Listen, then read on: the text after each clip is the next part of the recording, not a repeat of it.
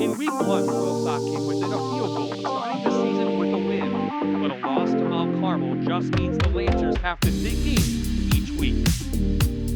Anyone who comes to a football game in District 4 in AA knows just how good it is. Whether a team's a 3-7 team, or an 8-2 team, or a 10-0 team, it's going to be a heck of a game. Each time Central Columbia is back home after a loss, the Bluejays' success over the Lancers through the years means more motivation for their first win. We've had some pretty good success against them, which I'm sure means they've circled us on the calendar. There's no doubt about it. The Heartland Conference is on display. It's Loyalsock versus Central Columbia. Kickoff team down there. 6'5", and all he's going to reach for the end zone. He gets in, Raiders score. Switches hands, and see you later. He is all This is another McCann School of Business and Technology presentation of the Rivalry of the Week on My Network TV. Brought to you by Blaze Alexander Family Dealerships. And the celebration starts Winners on the go double along. sideline. It's hot, it's humid, but the fans are still filing into Bluejays Stadium for the home opener.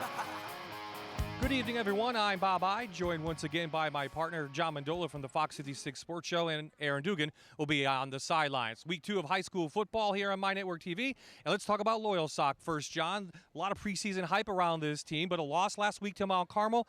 Still, though, a big game from their quarterback, Kyle Datras. Well, Kyle's just one of those athletes. When he's on the field, he just really stands out. Coach Hippensteel from Central Columbia said he's such a difference maker. Hey, he could do it with his arm. He could do it with his leg. He's all over the place. He's a Division I baseball player. Central Columbia, meanwhile, tough loss to Selinsgrove last week, but they're going to try to bounce back tonight. Skilled people are back, including their quarterback, Steve Shannon. Well, Steve will try to stay away from some turnovers. Central Columbia plagued by that a little bit last week and some last year. If Steve Shannon could get his arm going a little bit with the run game, the Blue Jays will have a good chance. Well, it's going to be hot on the field tonight, one of the hottest games in years. Just how hot? Let's head over now to Josh Odell from the Fox 56 News, first at 10. All right, thank you, Bob. You can almost always count on a game, especially earlier in the season, to be warm and humid, and it looks like that will be the case tonight here at Bluejays Stadium in Bloomsburg.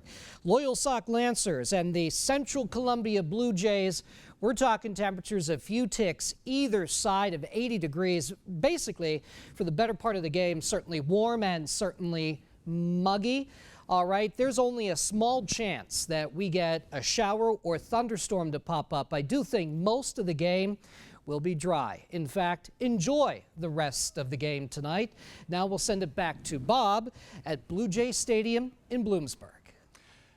Thank you, Josh. Well, one team will get out of here with their first win of the year. The other drops to 0-2 and has an uphill battle the rest of this season.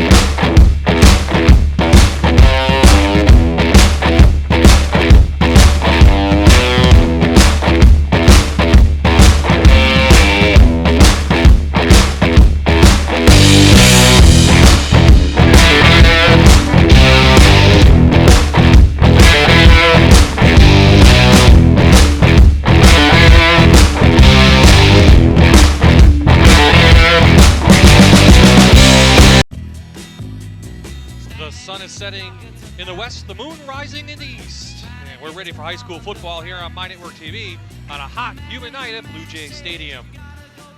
Check out the coaches now. Justin Van Fleet for Loyalsock, his third season, 12-10, 8-4 a year ago. He former Loyalsock player. He also has family up in the West Scranton area. He's got this team on the right path. On the other side of the field, we'll see Jason Hippensteel. His fifth season, 9th overall. He did leave in the middle in the 2000s, 45 wins, 51 losses. He's got some rebuilding to do up front, but he's got this team, the Blue Jays, always in the pack. Well, as I mentioned before the game, we talked about the humidity, we talked about how hot it is, but how's that going to affect the players, Aaron? Yeah, guys, weather definitely going to be a big factor in tonight's game. I think we got spoiled by that nice mild weather in August. Here we are in September, and it feels like July. Very hot, very muggy, sitting at about 82, 83 degrees right now. So cramping going to be a big issue, especially later on in the game. I did talk to both the athletic trainers about keeping the guys hydrated. They both said that ever since the guys got out of school at 3 p.m., it's been water, Gatorade, all the way up until right now. So watch for cramping to be an issue later in the game. And I got to tell you guys, I wish I didn't already do the ALS Ice Bucket Challenge because I feel like that would feel really good right now. Back to you. Well, I thought you had the harder job tonight, but you should be up here in the press box. There's no air up here. We'll weather through John Mendola, but you know what? That is going to be playing a factor in the second half. We saw some cramps last week at Crestwood, and it was a little bit cooler. This time around, it's very humid. Yeah, I mean, you're getting temperatures in your car, and you're driving up to the game about 90, you know. So on the turf, on the field, sometimes it gets a little bit warmer, and as we get into the night, that'll help out a little bit. But, you know, expect some cramping tonight once again, as we did last week in week 1. Our referee, Fritz Snyder, has the captains at midfield. Loyalsock has won the toss. They have deferred to the second half, so we'll see the Blue Jays offense come out. An offense last week that could only get 55 yards passing and 98 yards rushing against Selinsgrove. Only 7 points in that game. So Jason Hippensteels wants the ball. We'll see a little bit of spread from him. And you talked to him yesterday. How's he feel, you know, after last week this team will come back? Well, he's hoping they'll cut down on the turnovers, number one. He's really worried about Kyle Datris on the other side for Loyalsock. But, you know, he feels if his team could run the football, they'll have some effectiveness tonight against Loyalsock. Meantime, there you see the Lancers, preseason number 4 in the Pennsylvania football news. They lose to Mount Carmel. Boy, they lost a lot, though, of seniors. A lot of offense that is gone now, but they have to replace. But, you know, you have Datris there, but they still need somebody to step up. They do. You know, I think one of the things Coach Van Fleet mentioned, he said, listen, you know, people don't realize we lost 20 seniors. 20 seniors is a whole lot. I mean, that's a team. You know, that's almost 2 sets of starters there. I mean, they really got Datris back and some other key guys. Now they got a guy down with an injury. But, you know, it's a lot to replace. Both small schools here, you know, you're fielding, you know, close to 40 guys on AA programs. And, you know, Loyalsock has the high expectations. Stung a little bit losing to Mount Carmel, but expected to have a very good season. Austin Chapman tees it up for Loyalsock. Back deep is Boyd and Koch. And this Heartland Conference game is underway, week 2. Wobbler out of bounds, and we have our first flag of the night, but the Central Columbia offense will come up, and they'll have it on the 25-yard line. Here is the backfield. Koch, a senior, leading returner on the ground, 512 yards last year, 6 touchdowns. He did have 33 last week against Selinsgrove. Your wide receivers, well, they lost a good one in Lewis Williams. He's out for disciplinary action. So Austin Farver steps in. He's a senior. Last year he only caught 6 balls for 100 yards. Up front, they did lose a lot, but they do return Thomas Yerkes, a 245-pound senior, second team all PHAC in Division II a year ago. So it's up to the 35 on the kick, excuse me. So first handoff goes to Koch, and he'll be tackled here by Nate Rainey. Danny Koch on the carry. Good job by Rainey of getting him down quickly. Here is the defense. Justin Wood, he returns. He's a junior, 3 tackles last week and 1 for a loss. 6'5", 290 pounds up front. Nate Rainey, inside linebacker, 8 tackles last week, 5'9", 220, just a junior as well. And then behind him, Kyle Datris. We see him at the quarterback, but he's really an all-state player from a safety position, first team PHAC a year ago. Shannon's first pass is good out to the 30-yard line. So a nice drop-back pass. And Shannon's pass complete to Zach Boyd. Zach Boyd makes his first catch of the night, the sophomore. Well, you knew Central Columbia was going to, you know, open up and pass the ball. And when they say, you know, they'd have a good night if they ran the football, you know, if they could run the ball while spreading you out, that becomes a dangerous situation. And, you know, they'll try to flip things around a whole lot. You know, 3 wide, 2 wide, you'll see everything. Well, we see 4 wide now at the 40. Koch has it, sheds 1 tackle, and over midfield, inside Lancer territory are the Blue Jays. And Shannon hits his first 2. Shannon, not real big, gets the ball pretty effective here. 5'9", just 150 pounds. Gets it out to the flat, and he gets his guy out of the running back, Koch, to do the rest, to get past the midfield stripe. 11 yards on that. Shannon, not very big, just 5'9", 150. Split time last year, but 4 interceptions a week ago. Koch threw. The line does a nice job off the right side. Danny Koch on the Skatina, carry. the senior Taken down right by guard, number John, 25, doing a Dakota nice push. Yeah, Pick up Moody a in 5 on the play, tackle. brings up 2nd down and 5. But, you know, hey, there's 4 or 5 yards a clip as they run the football.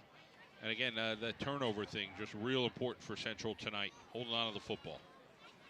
Just 3-7 a year ago were the Blue Jays, but one big win was against this Loyalsock team, 25-14. So last couple of years, the Blue Jays have really owned the Lancers.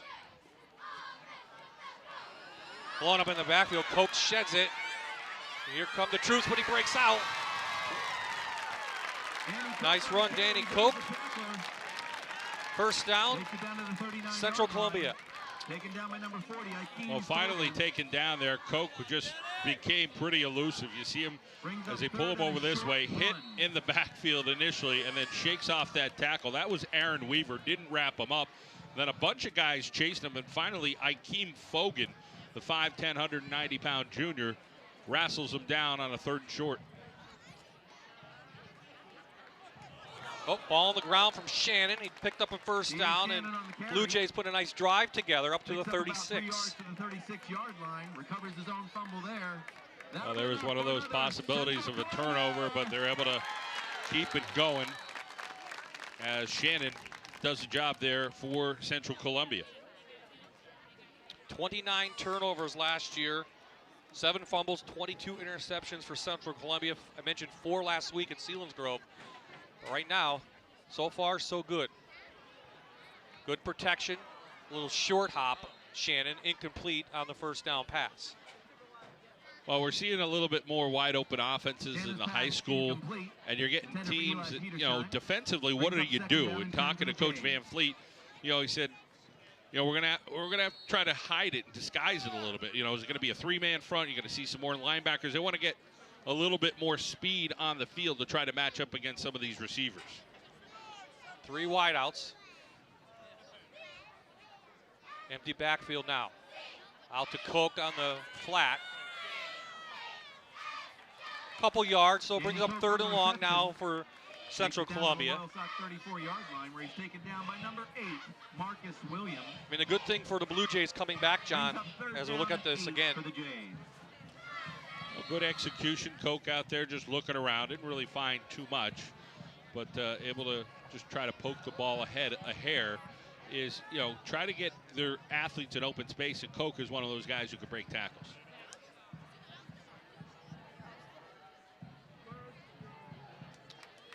Three wideouts.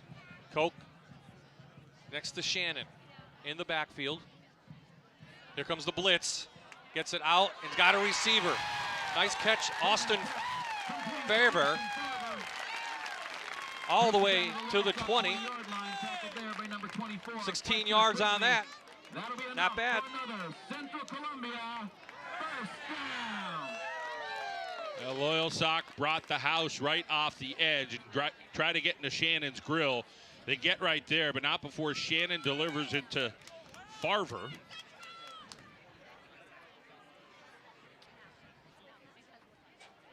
So Farver, 1 catch last week. He's got 1 now. Big paw put up there. Number 51, Craig McCracken, 6'1", sophomore on the defensive end, so it goes incomplete. Brings up a 2nd down and 10. You start thinking a little bit about, you know, whether you're a coach at one point in your life or what would you do to try to defend this type of stuff. And, you know, you have some big guys up front. Sometimes you just want to get some athletes up there to try to get into the nooks and crannies. And right there, Craig McCracken, 6'1", 210-pounder, put his paw up, able to knock that ball down. Blue Jays still going to the air, pump fake, got a guy, touchdown, Central Columbia, 20 yards to Zach Boyd.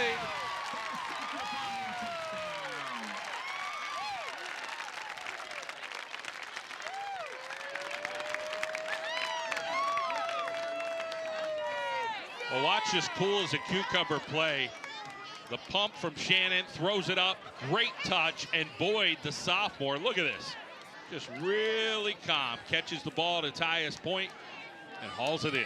Fletcher Quigley unable to get his fingers on that, and Mount Carmel put up big numbers last week against this Lancer defense. Central Columbia comes out and marches 65 yards down the field, and they lead the Lancers now 7-0 in the first quarter. The McCann School of Business and Technology Rivalry of the Week on My Network TV is brought to you by Blaze Alexander Family Dealerships.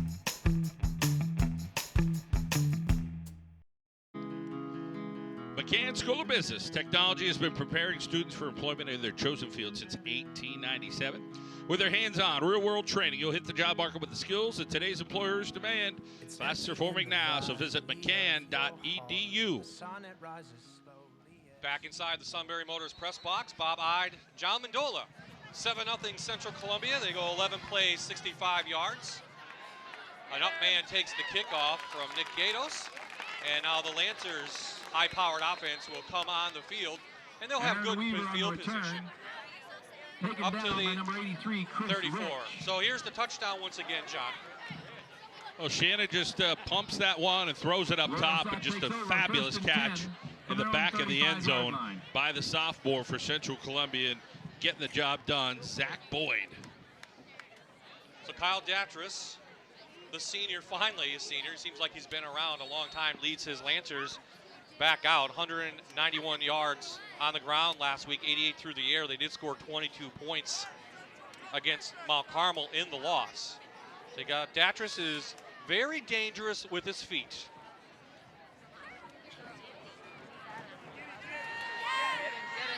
Quick out to Quigley.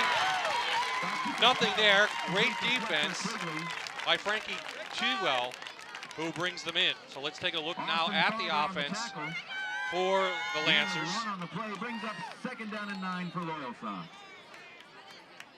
Marty Clark, he takes over the position of tailback, just a sophomore. No varsity action a year ago. The receivers, Fletcher Quigley is the leading receiver back. No Omar Little this year. And then up front, big and strong, Chase Dunkelberger, 290 pounds.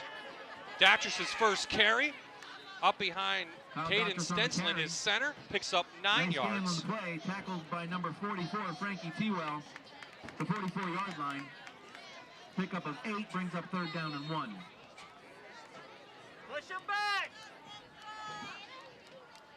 So Central's defense last week gave up 207 on the ground, 162 in the air against probably the top AAA team in District 4.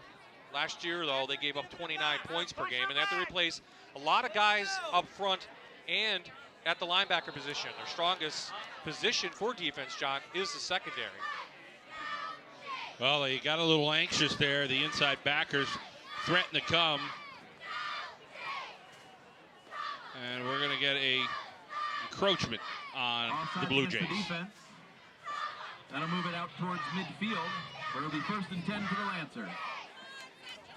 So on that penalty, picks up a 1st down midfield now for Loyalsock.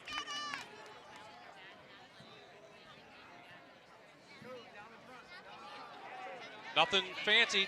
Datris a big hole off the left side, picks up 13, and that's what we'll see. Now let's take a look at the defense for the Blue Jays. Colton Maurer, not too big, but he's shifty. 5'7", 190, 3 tackles a week ago. The linebackers are very good. Austin Kester returns, 15 tackles, 10 solo a week ago against Selinsgrove. He's just a junior. And then behind him, Zach Boyd returns in the secondary. Sophomore, 2 tackles a week ago against Selinsgrove. They do have to replace Lewis Williams on the outside linebacker, and Eli Petersheim does that, number 8, as Williams is out of this game for disciplinary reasons. And there you see Clark for a couple of yards. Frankie Chewell and Cameron Farr. Well, they got some good yardage once again up the belly of the defense, right up the middle, trying to get into those linebackers. Bob mentioned the experience is in that secondary for Central. Now we have a face mask, so that's going to add some on to that yardage and going to be enough for a 1st down. That'll be the 15-yard variety. So Loyalsock able to run the ball and then helped by a couple penalties. And they have the ball now inside Blue Jay territory. Let's call it the 18-yard line.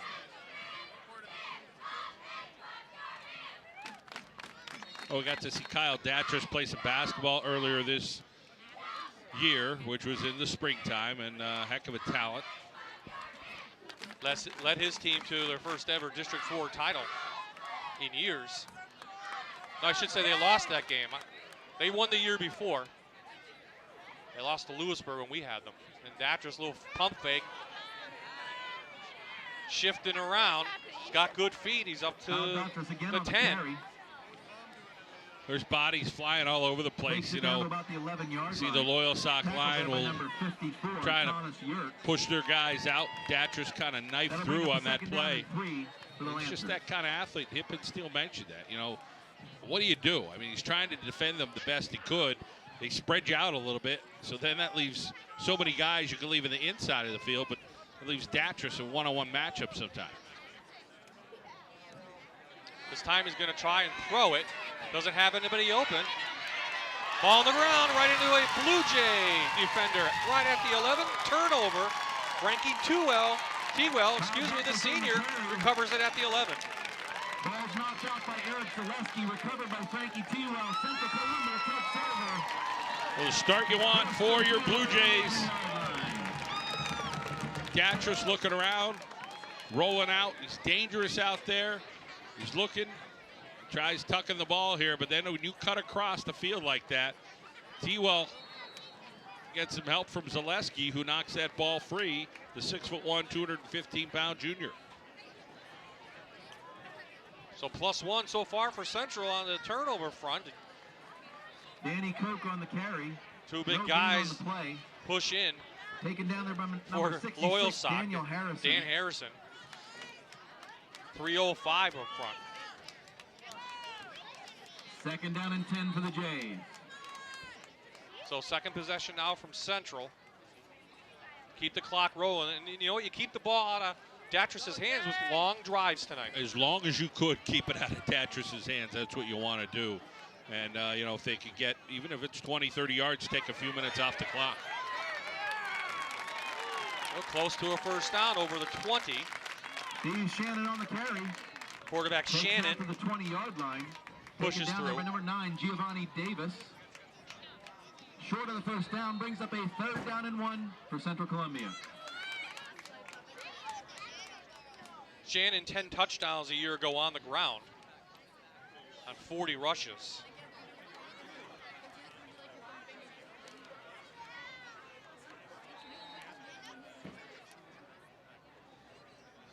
So we have a timeout.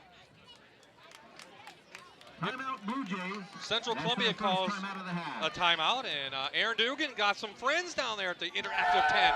Can you hear me? I can. I think, Bob. I'm back here. Hey, we're at the Fox 56 prize wheel, and we're taking some selfies at our brand new selfie cam. Just stop by. You can spin the wheel. You can take a picture. I'm taking a picture right now. Hey. So we're all about the fun here on My Network TV. Stop by and see us at any of our live games. Back to you. Oh, now they get out of the way. Did you take a selfie? I took one before. I didn't, no. No? You didn't get down there yet? Okay. Aaron's all about the selfies. In a good way. In a good way, that is. Yeah, should have played the song in the background. Yeah, there you go. Hey, come out to one of our games, 3 stuff from Fox 56 and My Network TV and our CW network. Week number 2 here of high school football. And after that timeout, Central comes out in 3rd and short. This is a big 3rd down here. They give it to the big guy, T-Well, but I don't know if he got it. I think he lost a yard. Yeah, he got submarine there. Late Rainey, I think, shifted in, number 33. Run comes up short. 4th down. Brings up 4th down and 1. Big for the defensive Jays. play. Yeah, great job from Loyalsock, snuffing that out. So they loaded up the box. So, punting formation. Steve Shannon set the punt. Shannon, the quarterback, Back will for Loyalsock, Kyle Datras. do the punting. 36-yard average last week. Datras back, and they'll kick it away from him and right into Datras' hands at the 30. comes up for a couple of yards and 43-yard line. His bodies are flying all over the place. So that Loyalsock's offense comes back on, John. And what'd you see from them in their first possession? It seemed like they had their way with what they wanted to do was try to get Datris in open space. But, unfortunately, they had a turnover. So, I think as long as Kyle Datris able to connect with some of his players, whether it's, running with his legs or finding some open receivers, they'll be okay. 3775. Your lights are on.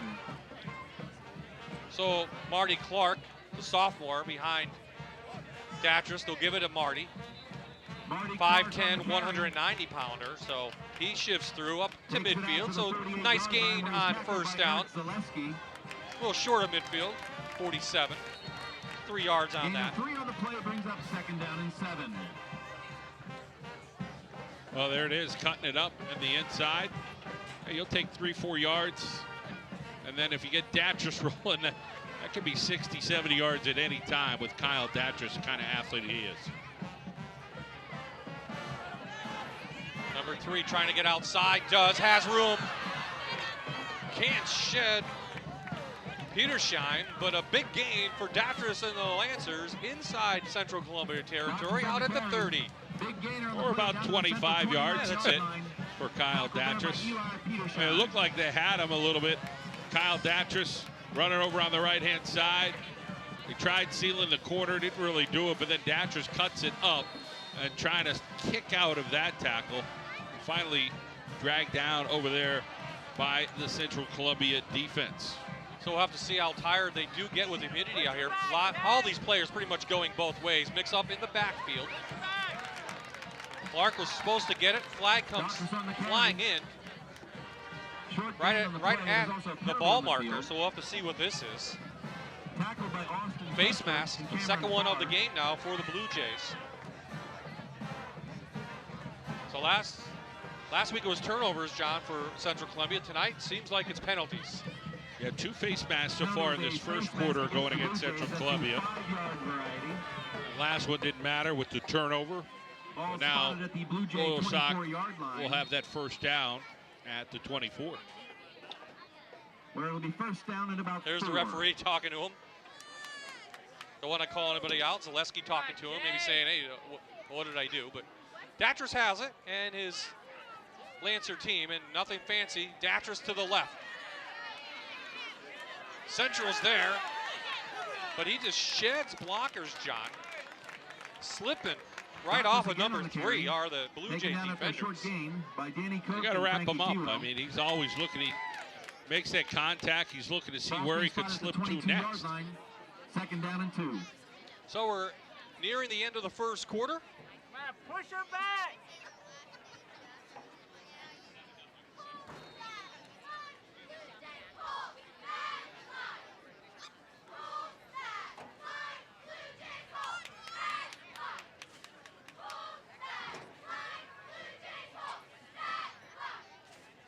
Clark, left side, has a big hole. The sophomore inside the 10, first and goal, Loyalsock. Picks up a first down, takes it down to the 8-yard line. Gray McCracken limping a little bit there on the offensive line for Loyalsock, but that line, watch this hole open up for the Lancers. I mean, this is picture-perfect execution for Loyalsock. Give goes right up the middle. Look at the hole. Fullback hits the linebacker and busted through for some first down yardage. So when we come back and Loyalsock tie this one up, we'll find out from Blue Jay Stadium.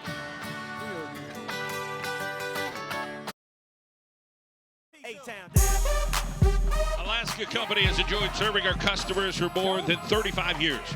We're expanding our business to give the people of Northeast Central Pennsylvania a greater selection of products, from fireplaces and stoves, to fire pits and tables, gas logs, electric fireplaces, and outdoor furniture. Our new store located on Bernie Avenue Music in front of Kmart offers 11 different highly regarded manufacturers to choose from. Alaska Company. First down and goal. Blue Jay Stadium on a hot, humid, beautiful night for high school football. Back in the Sunbury Motors press box, Bob Ide, John Mendola. Loyalsock continuing their drive to tie this one up. First and goal from the 8. Datris through, tripped up, and they're going to not give him the touchdown. So second and goal at the 1. Takes it down inside the 1 yard line. So John, Central Columbia ran 15 plays in that first quarter. Loyalsock 11. About the score here, they did have a fumble, did Loyalsock, so. Datris sees the backers are wide. He just follows his center and bursts forward, looking for pay dirt. They're a half a yard away. Caden Stenslin, 255 is the center. Watch for the sneak here. Fumble. Bad exchange. Datris falls on it, but it brings up 3rd and goal now. Gotcha. Nothing the matter with that ball. Well, Central Columbia was worried about turnovers. It's been Loyalsock that has had the issue.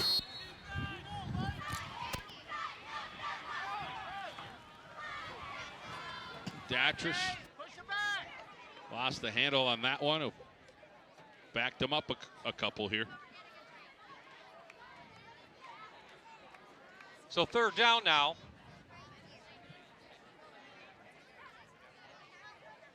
Clark on the option. Datris to Clark, touchdown. Flag comes in. This may be coming back. We'll have to see. Both teams clapping in for the score, but looked like we had a hold. Yeah, something. Might have been Marcus Williams. He was the one out there. 33. Yep. Just hang on. I'm holding on the offense. We have a holding call against the Lancers. So let's look at it again, John. Late flag coming in. Let's see it. Look for number 33 out there, but it was on the option. It will again be 3rd and goal. Well, we can't really see it, but a holding call will back Loyalsock up one more time.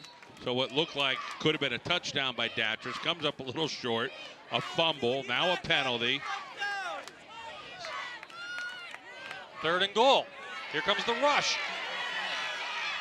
Datris in the end zone. Caught. Touchdown. Now Datris' pass complete to Larry Van Stavoren.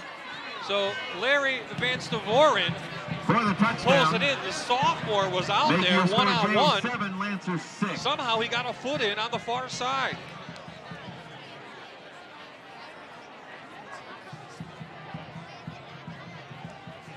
Well, we'll see the extra point, and then we'll take a peek at that play at some point in the next couple moments. Chapman comes in. Mishandled, but through for Chapman, and we're tied at 7 here in the second quarter. Central Columbia fans not happy about it. Loyalsock fans are. Look at this one more time, John, as we go to break. Was his foot in? Let's find out. Well, it's a bang-bang play. Datris rolling to the right, buys all kind of time as he could, throws it up, and the referee's got to move. Watch this with the footsie. He does get it in. Right call by the ref.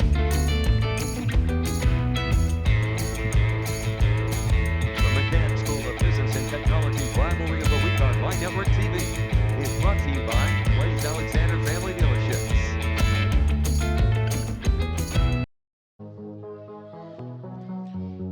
Gorgeous night. Fox 56 has your laughs every weeknight with Emmy Award-winning comedies Modern Family and The Big Bang Theory. And your workday with some comedy beginning at 6 with Modern Family and at 7 with The Big Bang Theory only on Fox 56 weeknight.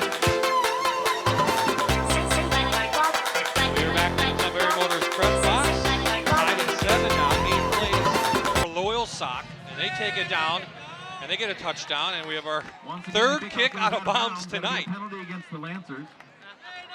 So one thing that Coach Hippensteel had a problem with last year, John, was special teams. He couldn't find a kicker. A lot of extra points that were missed, and now the kicker. Jays are going to make him kick it again from 5 yards back. That's on Loyalsock's side, so he'll take that, but his kicker put it out of the bounds before too, so he's still looking for a kicker. Chapman now will tee it back up, and they'll back him up. Coach wants the ball back. He wants to put it in somebody's hands. So another penalty, this one on Loyalsock. A couple boo-boos so far on both sides, but a couple scores as well, which is always what we're rooting for.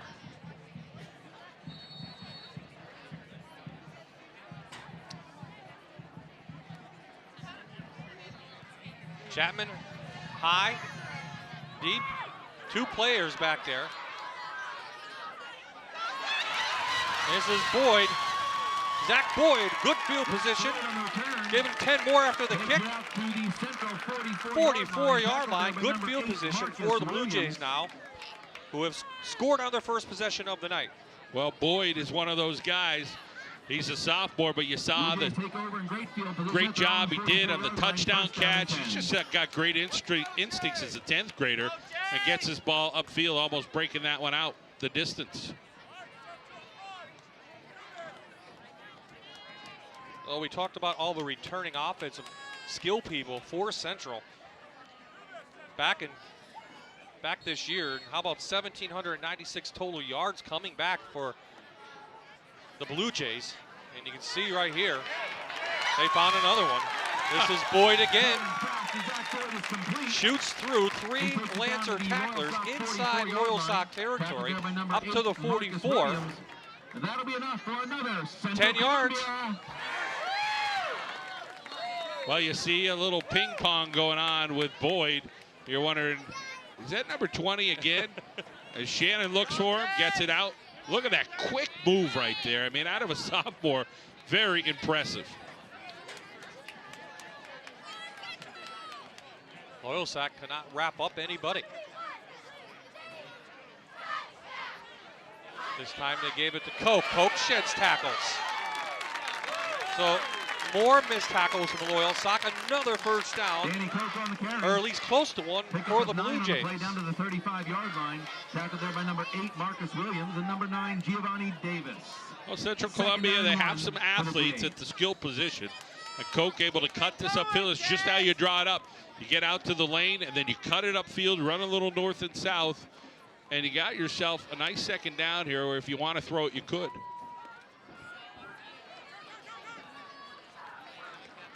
Koch a couple yards. Again on the carry. Picks up a couple of yards. Tackled there by of course, Loyalsock's defense gave up 319 on the ground last week to Mount Carmel. 37 through the air, but Mount Carmel didn't need to pass the ball at all. So we know what the Lancers offense have. It's the Lancers defense, though, that's been shaky. Credit, though, to the Blue Jays, John. And right, you're right, Bob. I think it's more what Central's doing offensively than how Loyalsock looks defensively. Here comes the rush off the side. Shannon has room. Shannon all the way to the 22, close to another Blue Jay first down. Nice gain on the play. Picks up about 9. Taken down there by number 50. There you think you see the experience of a senior quarterback who played a little bit last year. Yeah, Shannon had that on-field play last year, threw for about 500 yards, Bob, and able to use his feet on that play and get towards another first down, another 2nd-1 situation for them, and clock's ticking away for Central Columbia. So another long drive coming for Central. Good tackle in there from McCracken, the sophomore, who shot in number 51, on Koch. No gain on the play, brings up a 3rd down and 1.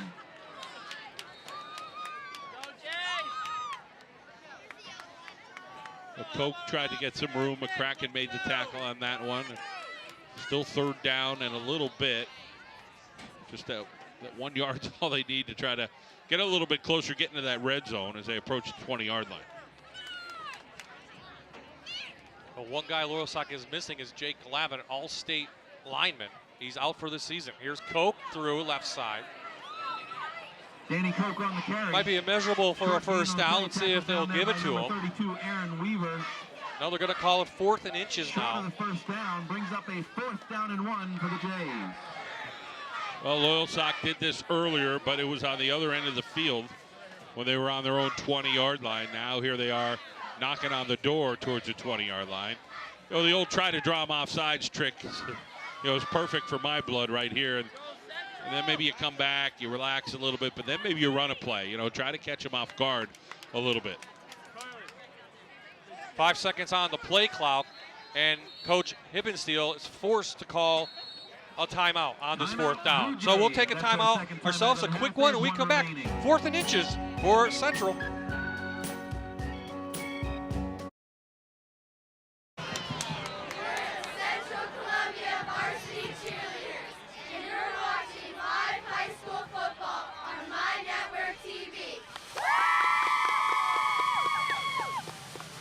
Well, thank the Blue Jay cheerleaders. They're here. They're going to cheer their team on now. 4th down and 1. Good timeout, John. Get your team some water. Make the right call right here. Loyalsock loaded it up right now. Keeper. It's all going to depend on the spot. Shannon on the I think he might have it. Taken down by a host of Lancers. We'll have to wait for the measurement. Boy, Shannon was tough to bring down. All 5'9", 150 pounds. So they don't have that bull in the backfield. You have to try to finesse it a little bit. Here's, you see the fake. Shannon's still trying to get there. Got 3-4 guys there for Loyalsock. High, low, name it, pushing in. So the chain gang going to get some air time. Berquist on the stop. Let's see if they do. They do. By a football. The drive continues for Central Columbia. It keeps the Loyalsock high-powered offense off the field. And they continue the drive now at the 23. Well, trying to fire up the huddle right now is number 20, that sophomore, Zach Boyd, saying, guys, we got this. Shannon comes in with a play off the sideline from Hippensteel. See if they decide to look at Boyd one more time.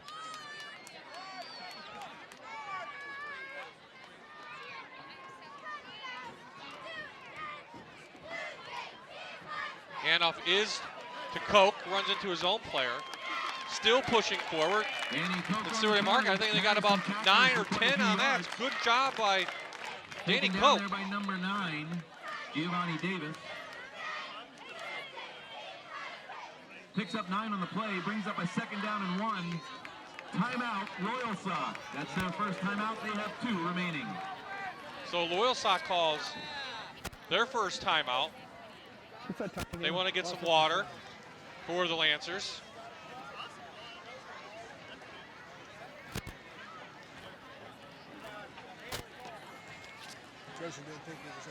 Oh, shoot. I screwed up. So let's go down to Aaron. Aaron in another crowd of Central Columbia Blue Jays. Aaron? Yeah, definitely having so much fun over here with the Central Columbia fans. What are your names, guys? I'm Hunter. Hi, Hunter. What are your names? Taylor. Joey. Zach. Josh. Steph.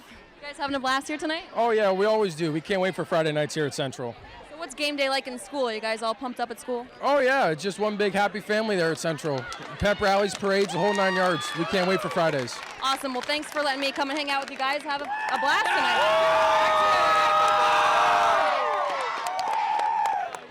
Well, they came out in force, and glad to see them. It's their home opener here for Central Columbia. They'll play 5 games right here. New turf, just a couple years old. Beautiful track, and we've been welcomed with open arms and having a good time here. Let's see if the Blue Jays can continue this. Almost Koch got free. Instead, he rolls Danny Koch on the to about carry. the 7. Touchdown saving First and tackle goal, there by number Central 51, Columbia. Cray McCracken. A lot of experience in that backfield. You got Shannon, who played a little bit last year. Koch at 500 yards last year. 6 foot, 165-pound senior. And you see him. We had officials timeout on the field pretty for an close injury. before he got tripped up. T-Well also one of those guys, 5'11", 230-pound fullback. So we have an injured Central Columbia player on the field.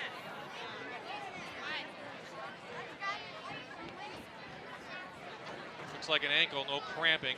So we'll get some water and check him out. Looks like Matt Chamberlain, number 56, the senior, out there. So what's changed in the Heartland Conference, you ask? So John Mandola, here's what's changed. Montoursville moves over to Division I from Division II. Danville from Division I to Division II. The biggest one that everyone's talking about, of course, Southern Columbia moving from 3. But then, kind of surprising, Loyalsock says we'll move to 3 this year. And that's what they do. They were Division II champs a year ago. So A lot of changes in the football front from the Heartland Conference.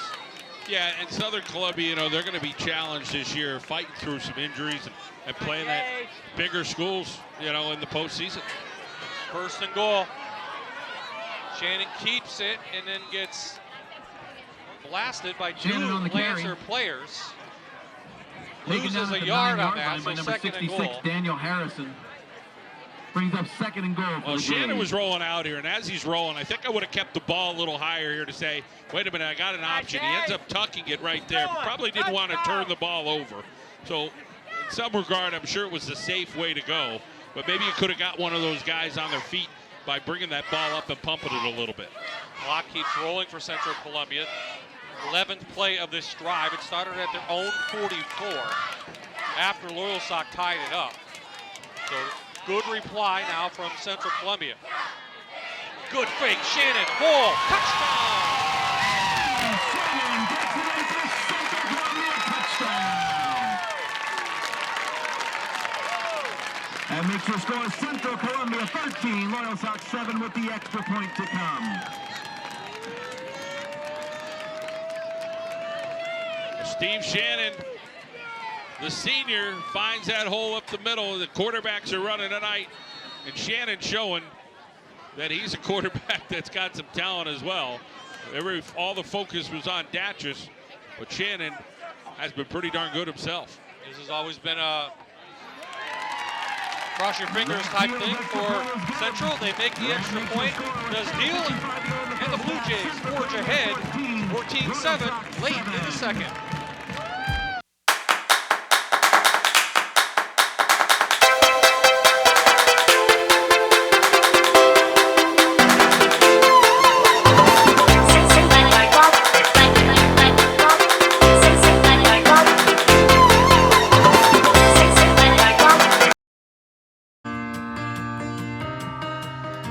School of Business and Technology has introduced a new CDL training Class A tractor trailer program at their Wilkes-Barre campus. Campus is easy to find across from Mohegan Sun Arena. Contact them today at mccann.edu. We are back in the Sunbury Motors press box. Bob Ide, John Mandola, Aaron Dugan on the field tonight. The sun has set. There's a nice breeze now coming through the stadium, so at least it doesn't feel as hot down on the field. Central Columbia has been hot as they bounce back. Here's Quigley now, going the wrong way. Good special teams with Central Columbia. I think he lost about 5 yards, John, but talk about Blue Jays offense. 12 plays, 56 yards, took over 5 minutes off the clock, John. That's how you keep Kyle Datchus off the field, and that's the main thing. Yeah, they've done a real nice job, and their offense has been potent. I mean, they're sustaining drives, getting 9 yards on first down, setting up a bunch of second and ones along that drive, and then able to, you know, they get stuffed a little bit, but Shannon able to punch that touchdown in for the Blue Jays. So now let's see what the Lancers have in store from Justin Van Fleet, third-year coach of the Lancers. Neither team really wants to start 0-2, especially going to be headed into division play.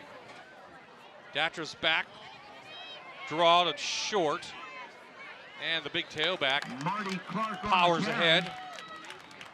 Does Clark, 3 yards. Gain of about 3 on the play, tackled by Cameron Farr.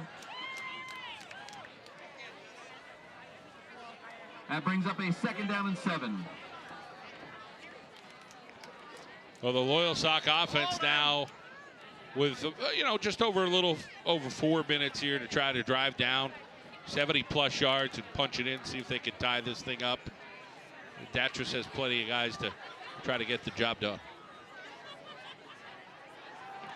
Haven't seen much throws. Going to go down the middle. He's got a guy. It's Quigley wide open. The ball's on the turf. Nate Kreisen came flying over, excuse me. Takes it down to the 40-yard line where he fumbles. Recovered there by number 8, Marcus Williams. Marcus Williams, Johnny on the spot. 4 verticals, can't cover it. Getting downfield is quickly, but you got to secure the ball. And credit to Williams, who was running in the whole time, especially right at the end, to get that football That's big for the Lancers. All the way to the Blue Jay 39-yard line. Well, Datchers can do it with his arm if he finds a player open. And he did in Quigley.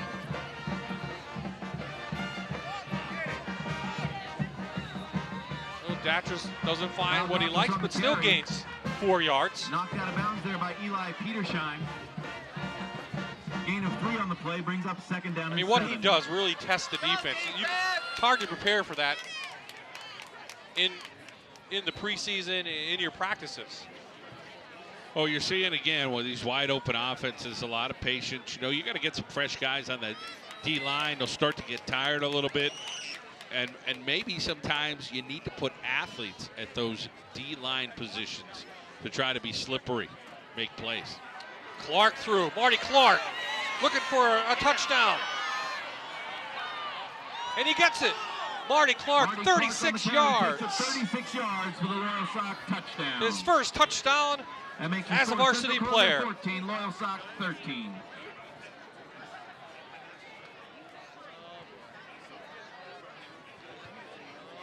Marty Clark, 5'10", 190 pounds. Got a little bit of talent there as he deceivingly got to that end zone and outraced people. And yet another weapon now that Loyalsock can use. So now you really don't know who's going to have the ball. Again, a bobble snap, but they get it down. And Chapman is wide left. So the Blue Jays get a break there, and they lead by 1 point.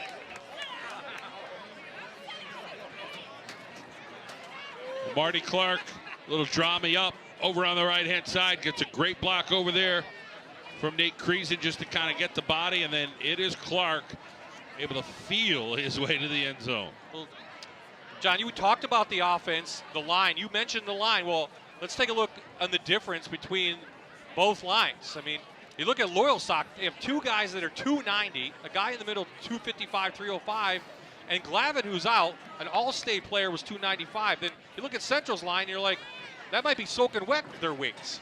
Right, and one of the things, you know, it's always hard when you're a big guy to block that guy who's a little slippery, the 5'7", 190 guy, or, you know, sometimes Berwick will use that nose guard that's, you know, 5'4", 150 pounds.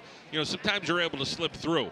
It depends on what you have up front, what kind of blockers you have, but getting fresh bodies in there when you have a team that's going to try to wear you down a little bit. Right now, both offenses have been pretty comparable of making the defenses tired. Well, they've been on the field a lot. All the players pretty much go both ways. So after the missed PAT, Chapman tees it up, and it didn't take long for Loyalsock to get back in this one. Got plenty of time for Central. They do have 1 timeout left, and good kick from Chapman.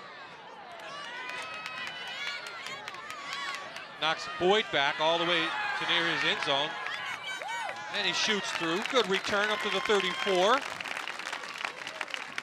Berquist on the stop, so that's where Central will take over. 3:15 remaining in a very entertaining first half. A lot of offense on the field. Coke on the return, tackled by number 25. Especially from the quarterbacks.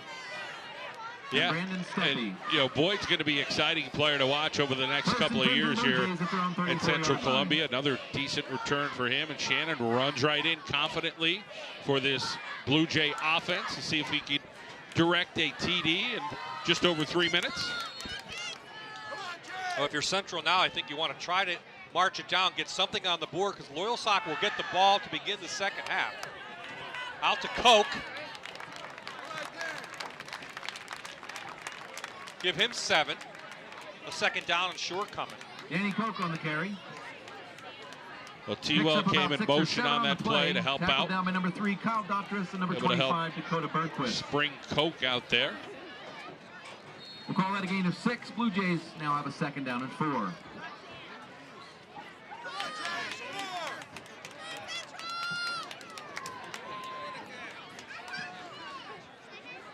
Three-man front, 3-5 defense from Loyalsock, and Coke couldn't find any room out there. Nice job. McCracken, we called his name a couple times tonight already. Taken down for a loss by And number 9, McCracken, a Giovanni promising Davis. sophomore for And them. number 51, Cray McCracken. He played last year, and he played very well. That brings up third 23 down and tackles a 5 year for ago, Jays. John, and 3 sacks for the sophomore. Coach Van Fleet looking on, seeing if his defense could get a stop here. Big 3rd and 4. Want to try to slow down these Blue Jays before the end of the half. He has 2 timeouts left, so let's see if he wants to use them here, or he wants to hold on to them. So big 3rd down. Koch open in the flat momentarily. Shannon will use his legs, get some blocks, has a first down near midfield. Steven Shannon, the senior. Takes it out to the center 49-yard line. Well, one of the, you have 2 different philosophies. Do you come after the quarterback when you have all these receivers, or do you wait? Now, they brought 3. You see how much time Shannon had. He's got linebackers making decisions. Do I come now? Do I sit around? He got a good block over there, and it ends up being a first down. But sometimes that little bit more pressure may help this Loyalsock defense. Koch, a good block on Marcus Williams. Shannon to the air. Miscommunication, no one there. T-Well, the closest receiver, goes incomplete. Stops the clock now. 1:27 remaining. Now is the time you do not want the turnover if you're Central Columbia. Hold on to the ball, run it out at the very least. Yeah, I think they're trying to see if they can spring one here and get something working downfield. And will that be Zach Boyd, the sophomore? Did play as a freshman here for the Blue Jays. Shannon short. Stops the clock again. Eli Petershine falls incomplete. Bringing up a 3rd down and 10. So now Loyalsock wants to, after this next play, they can call the timeout and get the ball back, have a little bit of time on the clock.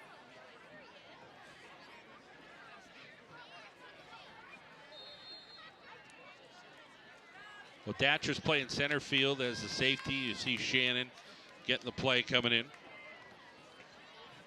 Petershine telling him what's up.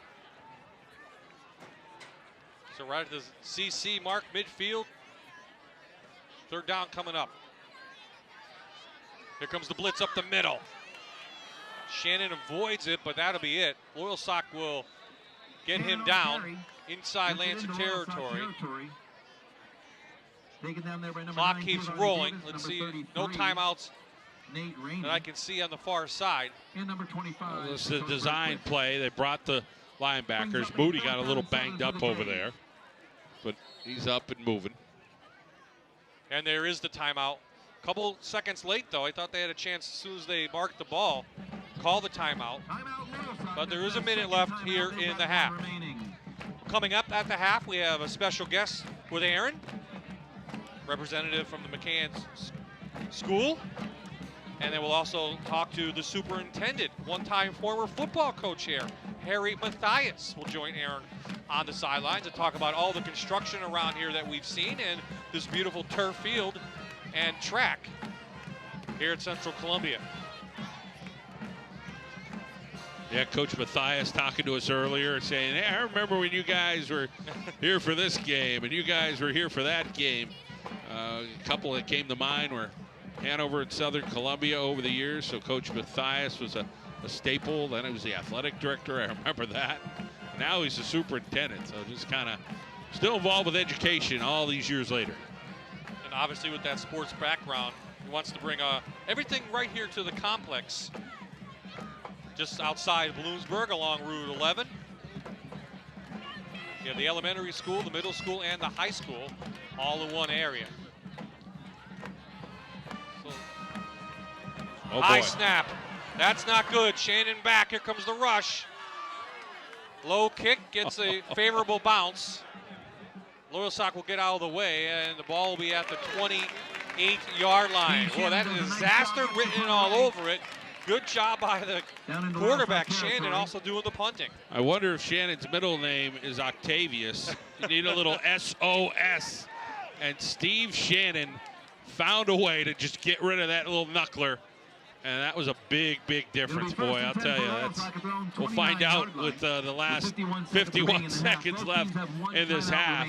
But great, great heady play from Steve Shannon.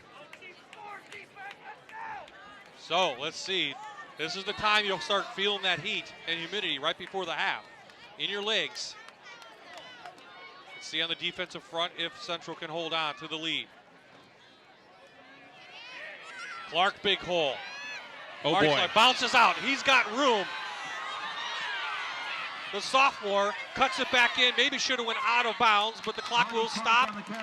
And all the way to the 24 is sophomore Marty Clark. Boy, this is textbook job. Watch this block that Clark's going to get. Perfect play. Here's the draw. Watch this little cracker right there. A wiffle block by Williams, and that helps catapult Clark 30 more yards downfield.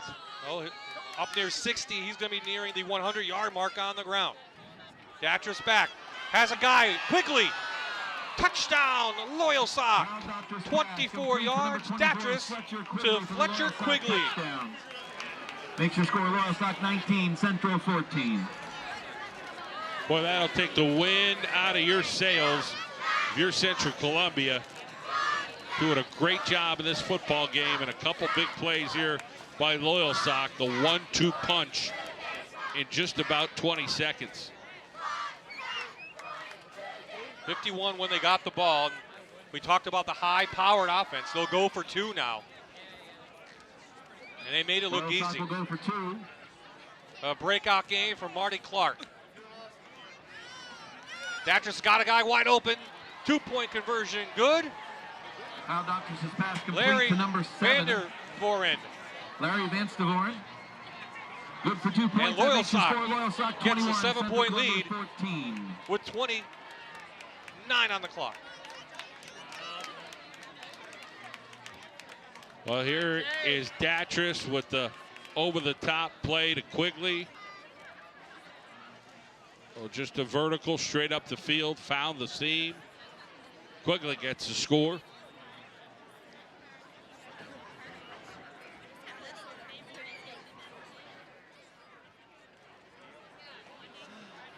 So Loyalsock put up big numbers last week in the loss. They had just enough time to march down 2 plays, 2-point conversion good, and they own a 7-point lead over Central Columbia. And John, you mentioned it. This was Central's lead to take into the half, and how will they respond now after that Loyalsock touchdown? We'll find out. Yeah, the Lancers, one of those teams that just is extremely explosive. In the meantime, Central Columbia has had a real good night the way they wanted to match up against Loyalsock so far. But it is the Lancers right now answering that call. We'll see if Central could bounce back with less than 30. Well, Boyd and Koch have had good opportunities for returns tonight. They can both break it. Danny Koch and Zach Boyd. Chapman, though, with a low kick. It is Boyd. Zach Boyd on the return. Who gets Taken tackled down at the 25-yard line by 25-yard number 32, line. Aaron Weaver. 1st and 10 for the Jays. All right, guys, let's go, Jays! So let's see now if Central has it in them. Loyalsock will get the ball again to begin the second half.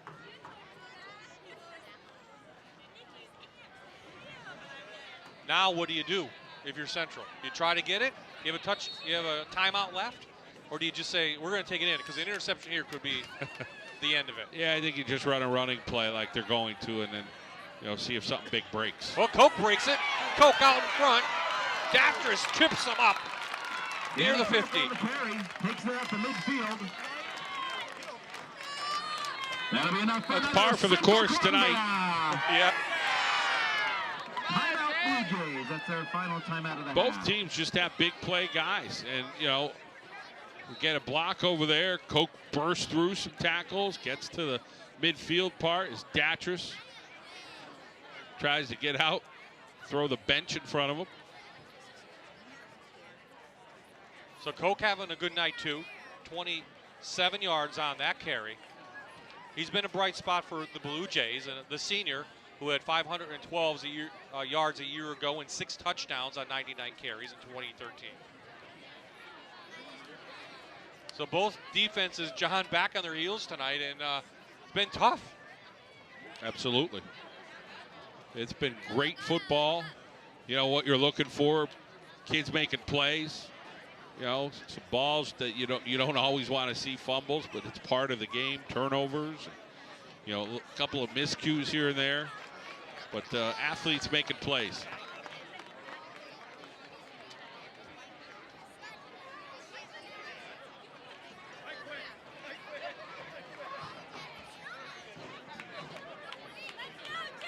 So in the first quarter, it was all Kyle Datras running around from the quarterback spot from Loyalsock, and then second quarter found a running back in Clark and then a receiver in Quigley, and it's been the Steve Shannon's show. And on the other side of the field, almost intercepted by Marcus Williams, goes out of bounds. Intended for Zach Boyd, falls incomplete. 8 seconds remaining now. Second down.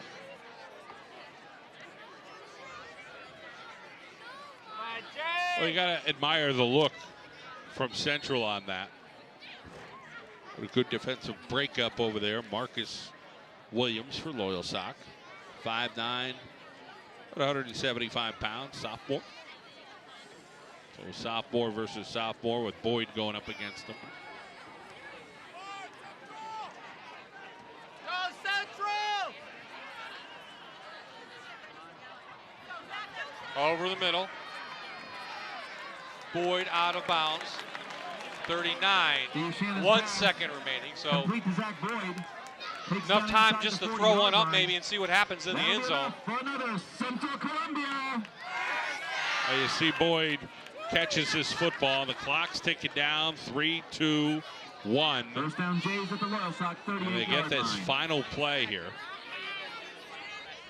And Boyd is one of those guys out on this right-hand side, trips receivers. Stopped by Kavanaugh there. So that will do it for the half. Shannon's going to lay one out. Intercepted, and he's got room to run. It's Marcus Williams.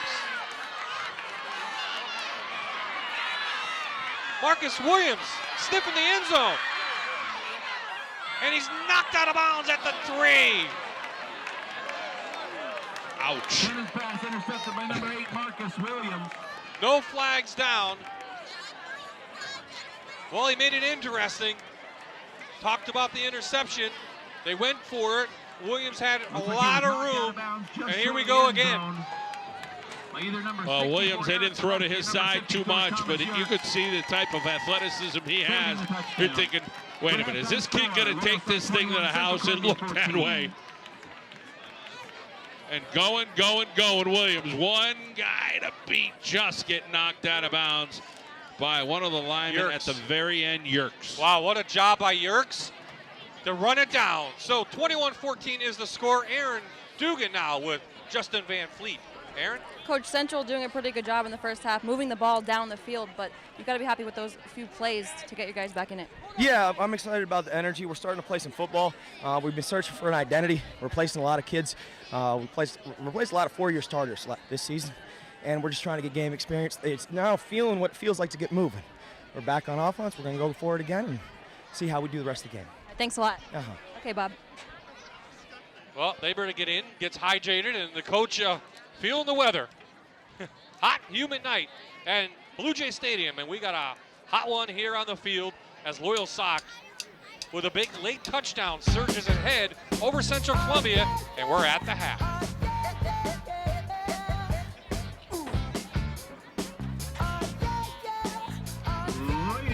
The McKinnon School of Business and Technology Rivalry of the Week on My Network TV is brought to you by Blaze Alexander Family Dealerships. A Lancer band is celebrating its 50th. Well, welcome back. You're watching live high school football right here on My Network TV. I'm Erin Dugan. The score is Central Columbia 14, Loyalsock 21 at the half. We're glad to have you, and we're glad to have a special guest with us right now, Lori Kane from McCann School of Business and Technology, one of the main sponsors of high school sports. Nice to have us. Thank you. Thanks for having us too. Okay, so let's talk about McCann a little bit. Not a lot of people might know this, but McCann School of Business and Technology has been around for quite a long time. Since 1897. So yes, a very long time. Started down in Monterey City, down in Schuylkill County, and it started out as a secretarial school because that's what was in back in 1897. But now it's expanded to be so much more.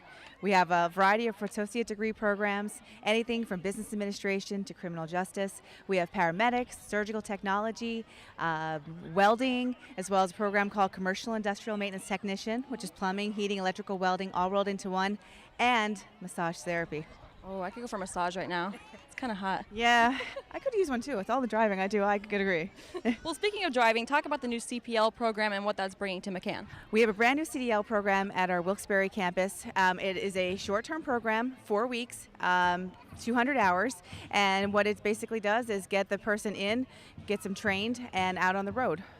We also have evening classes and weekend classes too. That's great, and you can pretty much go to McCann anywhere you live because there's a ton of locations, right? We have 7 locations in Hazleton, Pottsville, Wilkes-Barre, as well as Sunbury, Dixon City, Allentown, and Carlisle. Great, so you work with high school kids a lot. You're here tonight talking to some high school kids. What are they psyched about? What do they seem to be interested in? Well, you know, graduation for some of them is right around the corner. A lot of them don't really know what they want to do, and we can help if that's the case. We offer a training program that they can come in, do a personality assessment, see what career choices are good for their personality, and see if they can match up with something that will be their passion one day. That's great. Well, Lori, thanks so much for joining us. Thank you for having us. Stick around. We'll have another special guest when we come right back.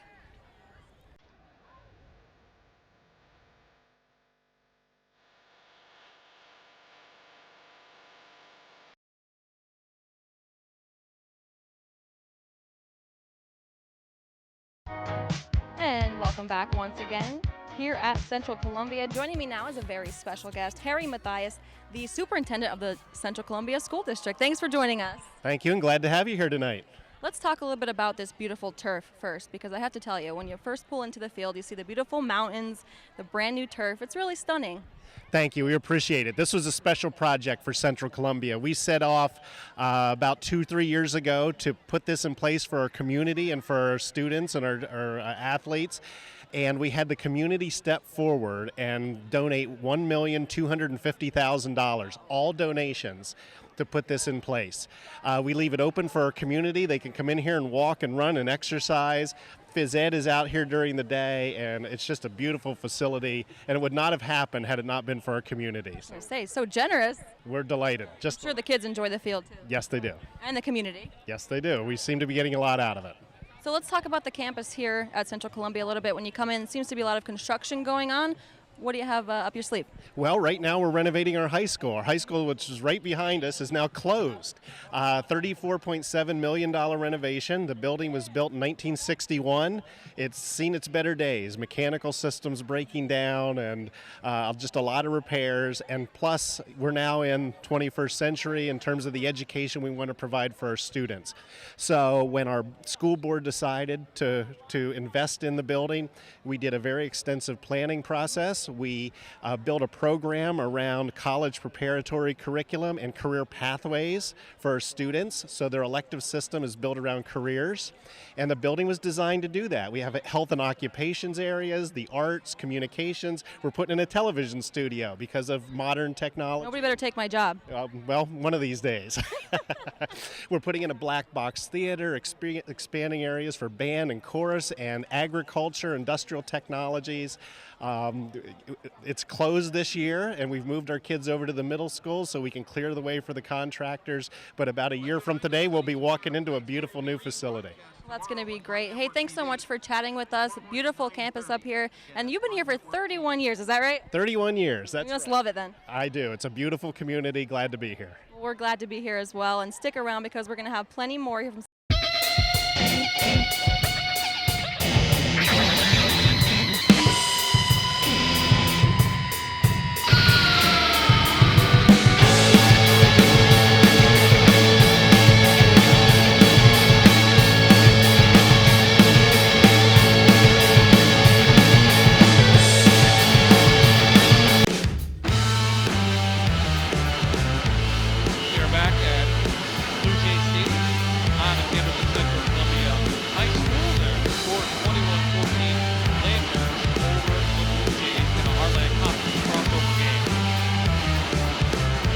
nice crowd on hand. A little bit of a breeze now coming from the west, so at least cool things off out on the field. Bob-eyed John Mendola in the Sunbury Motors press box. And we'll take a look at some of the highlights from the first half, John. Central Columbia came out on fire.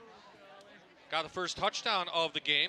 11-play, 65-yard drive. And there Steve Shannon hits Boyd on a touchdown pass. Yeah, great job by the quarterback, who's a senior. Played a little bit last year. Boyd, the sophomore. Just great concentration back there. So then Central tied at this point. And Shannon finds a big hole, and he's done it all night long on the ground. And Loyalsock's been unable to stop him. Yeah, Shannon's really made some great decisions tonight. As much as we're talking about Datras, I mean, Shannon's played a great game tonight. If you purchase a game ball ticket, it should be a blue ticket. So then that was 14-7 at that point, and then Loyalsock tried to tie it up, but they got within 14-13, and then 064. this is Clark on the outside. That makes it 14-13.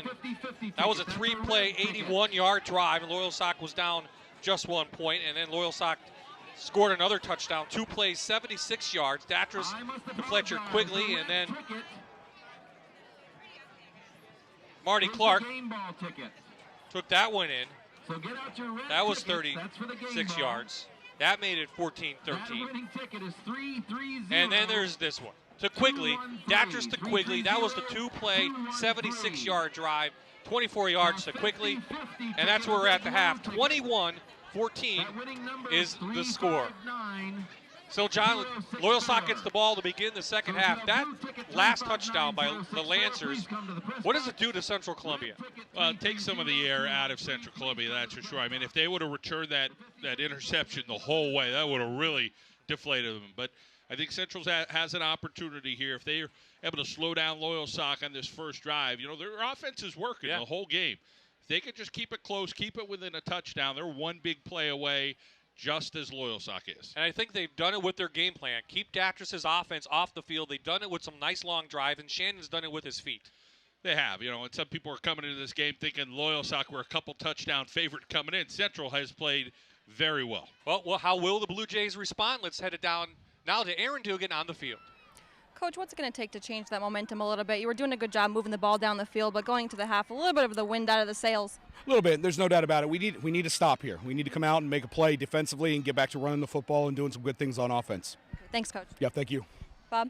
Well, he's got that hat turned around, but make no mistake of it, Coach Hippensteel really is passionate about the game. He's returned now after taking a little bit of time off, and he's got this program playing a lot better. Even though they did lose some big guys up front, they had their skill people back. And sometimes you have to fit that offense around those skill people, and they're kind of going with that wide open look. And you know, Shannon is doing the job at the quarterback position. He can throw, he can run. He's got Koch in the backfield who can run the football, and Boyd is a great weapon there. So they have guys that can make plays, and probably quietly that offensive line has done a good job and not get any. We haven't given them any credit. They deserve it. Well, the defense is going to have to step up in this first drive. Very important, as you know. They got to keep Loyalsock out of the end zone. Yeah, and that's easier said than done. I mean, you have a kid like Datras. I mean, we saw at the end of the half, 2 plays, and boom, that's where they were, the 4 vertical routes, and then just able to get it to Quigley. Well, we haven't seen any cramping yet, but the breeze has coming in. But really cool. It's cooled down on the field a little bit. Not so much up here in our Sunbury Motors press box, but nice breeze out there. The flag is blowing in the wind, and now Central will tee it up. We'll get this second half underway in this Heartland Conference game. Next week, we'll have some college football for you, and we'll talk about that in the second half.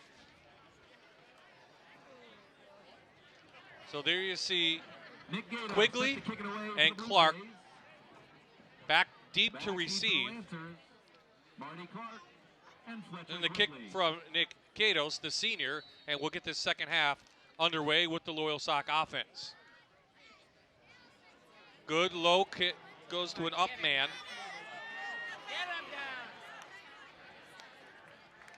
And Cole Cavanaugh, the freshman from Loyalsock, brings it up for the Lancers who have very good field position to begin this third quarter, up at the 44. Cole Kavanaugh on the return.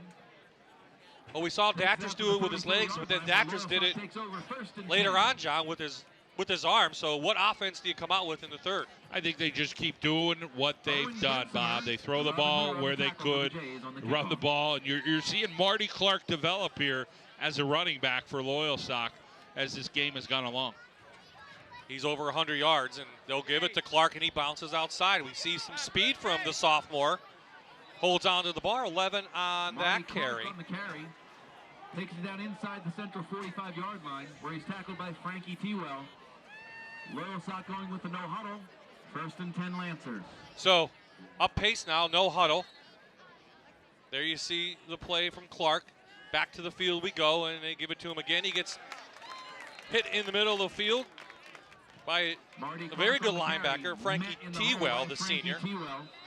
72 tackles a year ago. And it's Tewell who is down on the field, and well, hopefully he is okay. Yeah, grasping onto his leg there as the central crew comes out, and it looked like Loyalsock's trying to push the pace a little bit here to start the second half. You start wondering, hey, two-way players. Yeah. How many of these guys are going both ways for Central Columbia? And, you start counting them up. Hey, 64 is a two-way player, and Shannon's playing a little bit at quarterback only, but then you got Tewell who goes both ways, and Koch who goes both ways. So they have a mix of guys up front that get in there and go at it, and hoping not to be cramped up. Well, we've talked about Kyle Datris, and boy, what a career he is going to end with. And is only halfway through his senior season at Loyalsock. Maybe the best athlete ever to come out of that school. Maybe the best athlete out of District 4 to come ever. I mean, in baseball, he's headed to North Carolina. The Lancers have won 2 straight AA titles, and he's been on the mound for that. In basketball, he's a guard. They were runner-ups last year. The District 4 title, he's all-state in that. He's all-state in baseball, and he's an all-state defensive back in football, and heck of a quarterback as well. Yeah, he is really, and he's a great student. I mean, to take all that away, does an incredible job in the classroom, and of course what he's done in all 3 sports at a AA school like Loyalsock as Tewell comes off. 3.8 average at Loyalsock. That puts him in the top percentile of an average. So very smart kid, very humble kid. Really a nice kid to be around. Good leaders. Datris, he's got all time of day. He can call home if he wants. Instead, he finds Clark in the flat, picks up a big block. No flag. Marty Clark is in for a touchdown for Loyalsock. Marty Clark on the reception takes it in for the Loyalsock. 43 yards. And all kinds of things, John, happening on that. The 2 biggest hits of the game have come from the same young man, and that is number 6 for the Loyalsock Lancers. What a job he's done springing Clark. He sprung him earlier, and now he sprung him one more time. So an excellent job there on Loyalsock. I believe that's Williams. That number looks like an 6. I think it's actually an 8. Marcus Williams with the big block. Chapman puts this one through, and Loyalsock extends their lead. 3 unanswered touchdowns, and they lead this one by 14 here in the third quarter.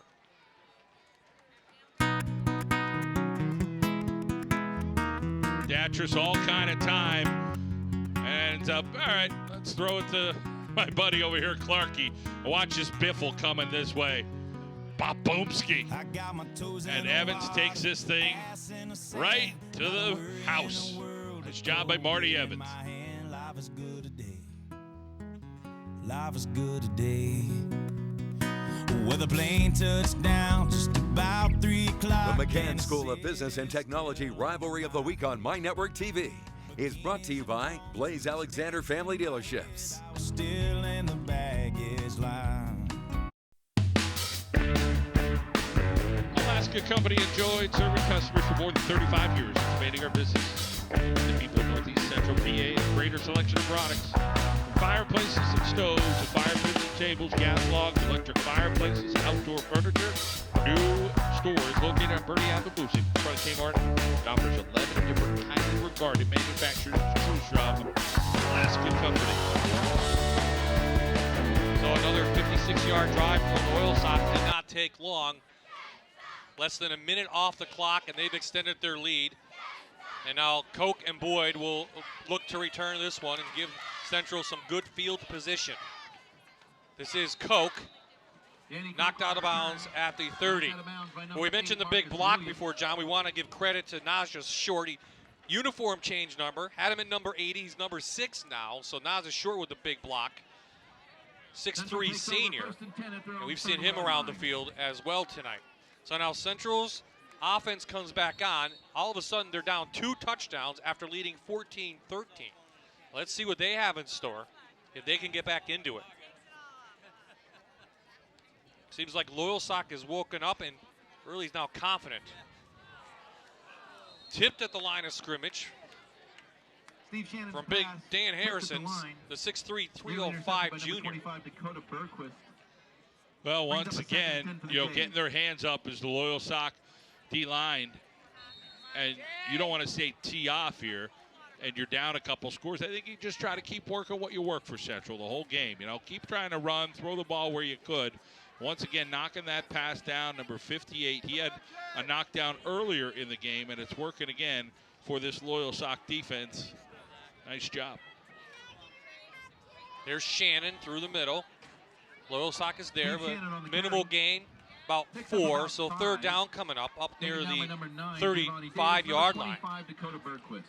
And that was Kenyon Jett making that play, who's a 9th grader for Loyalsock. So, Bob, they're not afraid to bring up freshmen and play them. No, not at all. I mean, last year was that Craig McCracken, and he had 23 tackles. And I think there's more opportunity for freshmen now that some of these 7th, 8th, 9th grade programs aren't around. You get kids that get in the 9th grade, they figure why not get them some experience. Shannon going to go deep. He's got a guy quickly over there. Goes incomplete, and we're going to have an interference call as Shannon tried to find Petershine downfield. Quigley was trying to get over there, just got there too late, or too early, I should say. 24 white with a face guard, never looked back for the ball. So they call a face guard. You hear the referees talking over there. I'm sure you guys want the penalty. 15 and a first down. Have defensive pass interference. You want the penalty, right? Defensive pass interference, 15 yards, first down. Interference against the Lancers. That'll be a 15-yard walk-off. And that'll be enough. So 15 yards on that gives Central Columbia the ball right around the midfield mark. The referee's still waiting to mark it. So it was the line judge who came in and threw that. And he saw the play from his angle that said, hey, the defender never looked back, face guarding, and that's what you got.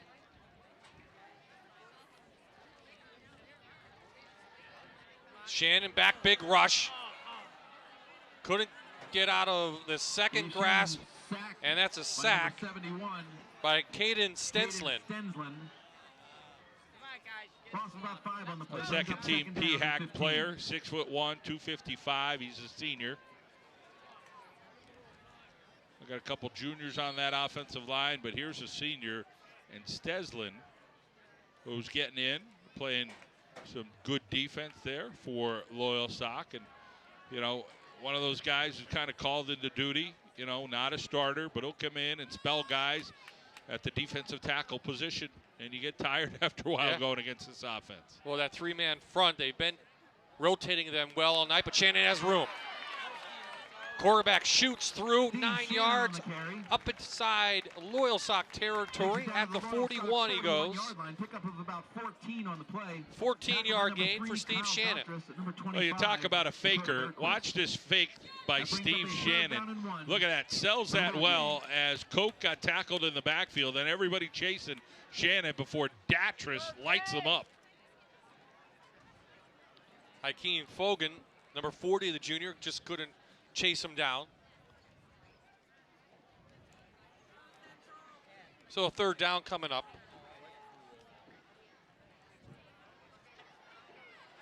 Pressure put on. Koch gets out of it. Still on his feet. Danny Koch. Danny Koch on the carry. 17 yards on that. Up to the 23. Number 8, Marcus Williams. That'll be enough. So good response from Central after they've had 3 unanswered scores. Let's see if they can put this one in the end zone. Well, Loyalsock is having a difficult time with this Blue Jay offense.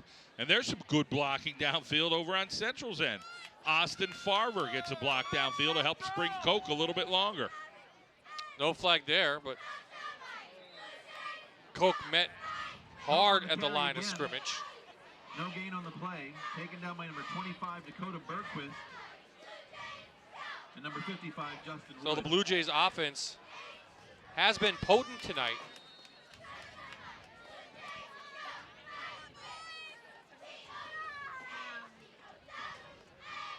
They have a chance now to get right back in this game. Time ticking in the third quarter here in this Heartland Conference crossover game now. 4-man front for the Lancers. Here comes the rush. Shannon looking for a guy in the end zone. 2 guys got it. But it's the offensive player, Eli Petersheim. Touchdown, Blue Jays.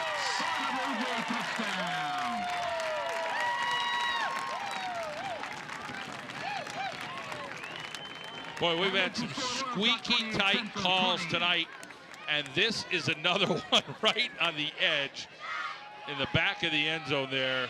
What a job from Peterline of grabbing it. Not sure if he was actually in when he had control, but nonetheless, it's a score. Nice drive put together from Central Columbia. 7 plays, 70 yards. The extra point is good, and the Blue Jays are within. Backfield's extra point is no good. No good, excuse me. It was wide right. So it's 28-20, but Central Columbia is right back into it. Shannon rolling over to his right, gives a little heave-ho, and watch the defense over here. Great job. Now watch. Is he in? Leg is down. Not sure if he has control. He does at the end. Steals it away. They say score it for the Blue Jays.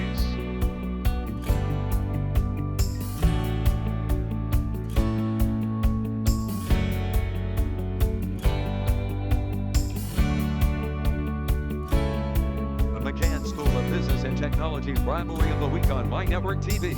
It's brought to you by Blaze Alexander Family Dealerships.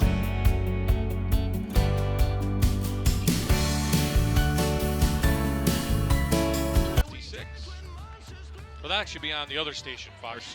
Yeah, our sister station, yeah. We are back inside the Sunbury Motors press box. Bye-bye, John Mandola, Aaron Dugan down on the field. And quite a game. 48 points combined so far up there. And offensive firepower all over the place. Yeah, you're not sure which way to turn and who's going to do what. If you're hip and steal, you're hoping you can get a drive stopper, and you know, could be the last team with the ball the way this game's going. But you keep it within 1 score either way, and anything can happen here. Well, we talk about week 2 really defining maybe a season, John. Week 1, you know, you're going to have some rust, but really week 2 is the time teams really find themselves. Loyalsock, I think, has found themselves tonight. Central Columbia, I think they found themselves a good quarterback. Shannon's playing very well, composed, and he can throw the ball and he can run. So Loyalsock also has this kid named Datris, and he's doing it again. Kyle Datris shoots through. 21 on that, up to midfield. That'll be a first down for the Lancers. Datris eyeing up guys and saying, I'll take on a linebacker. Doesn't matter to him. Is number 3, and this Lancer offense going to pick up the pace here and try to go a little bit quicker. Watch Datris finds a linebacker. I'm going to lay the boom down. No huddle. That's a draw play to Marty Clark. What a Lancer, I think they found now a running back have Loyalsock. Marty Clark over the 100-yard mark for number 28. Second down and 7 for the Lancers.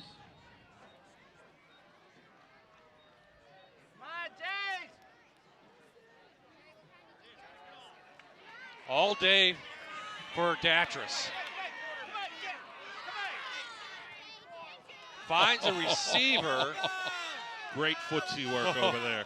Didn't need to, but he already has a touchdown, and that's number 7, Larry Vanstavoren. Excuse me. That'll be enough for a first down for the Lancers. Ball spot at the central 37-yard line. Make that the 36. It's always that guy with the tough name who's going to make the big play. Vastavorin, tootsie toe work over there on the sideline. He was in. Great job for the Lancers. And he's just a sophomore as well. Marty Clark on the carry. So the future looks bright for Loyalsock. Even when Kyle Datras leaves, they have Clark right there, who's running all over the place, and we have an injured Central Columbia player now. We have a timeout for an injured Blue That's Jay. Austin Kester, the junior, who's out there. And here comes the cramps. So let's head down to Erin now, and she's got some special guests. That's right, Bob. I've got some very special guests, the Central Columbia cheerleaders. I have the 3 captains in front here. What are your names? Kayla, Sarah, Allison. So how much fun do you guys have here on Friday nights? We have so much fun. It's the best day of the week for us. So in school, do you guys get posters going, little pep rallies? We have pep rallies for like homecoming and stuff, but yeah, it's good. So you girls do something really interesting every time that you score. What is it? We do push-ups for the points we get. All right, well, I think I might join you for some. Can you teach me how to do it? Yeah, let's do 7. All right, we'll do 7. We'll do 7, Bob. Ready? All right, count it out. Down, 1, down, 2, down, 3, down, 4, down, 5, down, 6, down, 7. Oh, boy. Oh, Somebody get Aaron up. Back to you, Bob. Okay, John, give me 7. Yeah, oh yeah. Better her than me. Oh, boy. So, well, we expected it at some point tonight, and it looks like we have some cramps setting in now. First guy to go down is from Central Columbia. It's Kester, and he's up. He walks off after getting some water. So now this is the time we're going to start watching. These players going both ways. It's been a tough night. It's really humid out here. A lot of water in the air, and fans are enjoying a very good football game in the Heartland Conference. Instant offense tonight here in Blue Jay country as they are redoing their school. Get it done by probably next year. Central Columbia has this beautiful turf. I mentioned Harry Mathias, the old football coach, athletic director, now the superintendent. So great facilities. You heard him at halftime, Bob, talking about getting lights in there for the baseball stadium for local community members, the teenage kids and stuff. So a lot of progression. Absolutely. So we return to the action on the field. Second down. It's Clark through, and he's tough to take down. The sophomore shoots up. Give him 12 yards, and we're up to the 14. Marty Clark on the carry. Clark showing some signs of some good stuff for years to come. And trying to remember, you know, you have so many conversations with coaches. I think this was what Jim Roth was talking about this kid. He said, you know, he sees shades of Gary Brown in Clark. And, you know, similar stuff you do see. That was his number in high school, 28. Penn State, 27. That one goes incomplete. Quigley couldn't pull it in, and then good tackle out there from Central Columbia. And boy, you mentioned Brown. I mean, that's high accolation. I mean, that's as big as it gets. Absolutely. Yeah, I played against Gary Brown. He was a heck of a running back at Williamsport. Had some good battles over the years in the regular season and the playoffs, and of course went on to play at Penn State in an NFL career. I believe he's coaching currently in the NFL. I think he's with the Cowboys. So Loyalsock making it again look easy on the offensive side. Starts this drive at their own 29. Datras with room. Closes quickly. 75 in there for Central Columbia on the tackle. So that is Colton Young. Taken down. 6'4", 250-pound junior. Peter D'Ambrosio, number 35, also in on the tackle. No huddle, Datras eyeing it up. Touchdown, Datras and Loyalsock.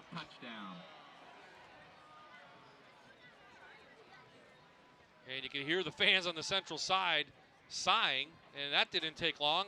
Just over 2 minutes, 71 yards, and Loyalsock again extends their lead. Now could be up to 15. It's going to be a long one here, John, if they keep scoring like this. So Chapman in. Datras goes for 4 yards. He's got himself a touchdown. And Loyalsock now up by 15.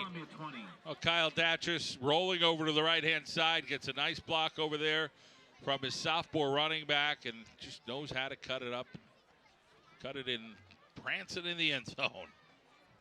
I mean, they've had 3 play drives, 2 play. This one's 7 plays, 71 yards. I mean, they're just making it look easy. And this is the offense I think we expected to see. It's their defense that needs to catch up now for Loyalsock. And, you know, if they keep rolling like this, things are going to be tough. Danville next week. South Williamsport on the way, and our schedule continues next week. We turn to Division III college football, Centennial League style. 1 o'clock kickoff as Johns Hopkins, nationally ranked, takes on the Susquehanna Crusaders. And we'll be live at 7. And then we get to our 2 Thursday night games, Scranton and Scranton Prep, Hanover and Northwest. And will the real Northwest team please stand up? Well, Scranton's winning tonight. Scranton Prep's looking impressive again. Hanover area impressive tonight.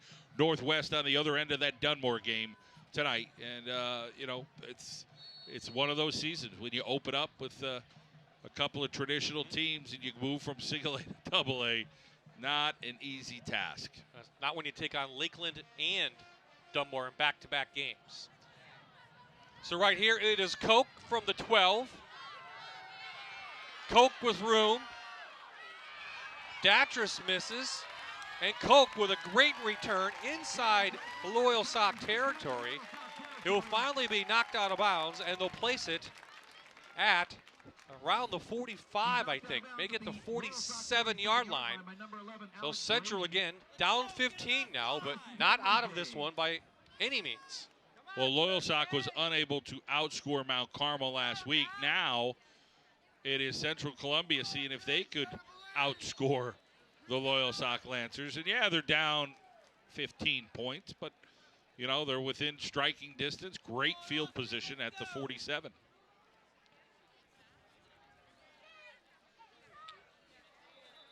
In and out of the hands of Zach Boyd. Well, when you talk to Jason Hippensteel, the coach for Central Columbia, talks about that Selinsgrove game. It was 43-6 the final, but I don't think that was indicative of how he think his team is in Double A. See, he said Selinsgrove could be the fastest team he's ever seen. I mean, and that's high accolades. We know they're going to be good. And we'll see them later on in the season. But now this may be the real Central Columbia team that Jason expects to see.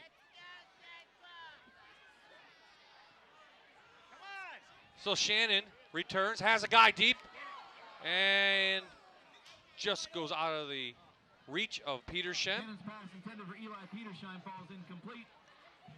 He also had a deep receiver, John, who I thought maybe he was trying to hit. So 3rd and long now coming up. As Central's gone to the air. You wonder if Central will try to decide to go, you know, 4-down territory. I know we're in the 3rd quarter, but, you know, since they're on the other side of the 50, you know, will they decide to see if they can get 1st down on 4 plays?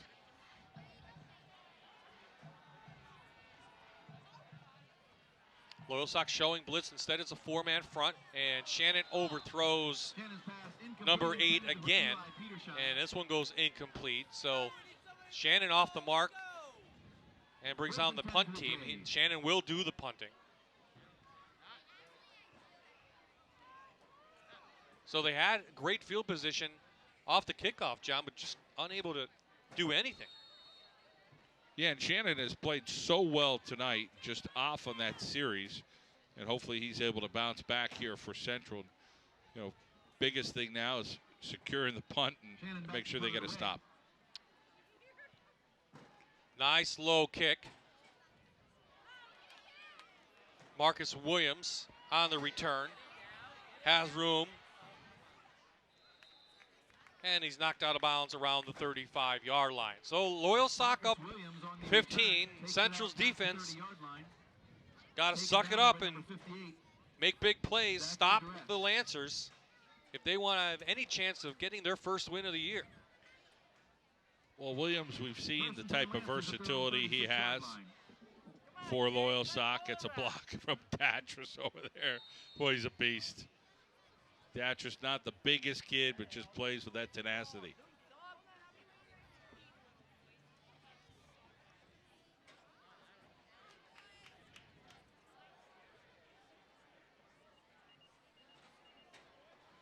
So Datras underneath center, high formation.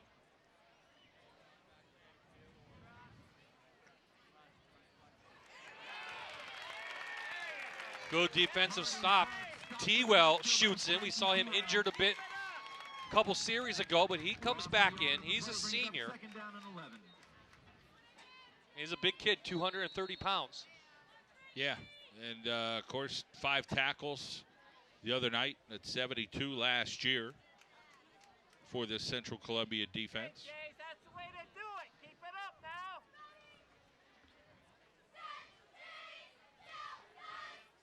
Cramps on the sidelines for the Lancers.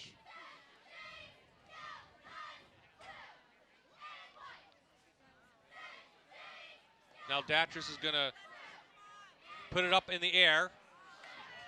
And he's got a receiver out there, Nate Kryson, a junior. Picks up about 14. And the Lancers are on the move again inside Central territory, down at the 48. Datras in open space, that's what you want. They're going to bring a little bit of heat out there, but they get a great seal over there from the right tackle for Loyalsock, and that's what you're looking for. Number 54, Justin Wood, 6'5", 290. He's a junior, giving Datras enough room to throw.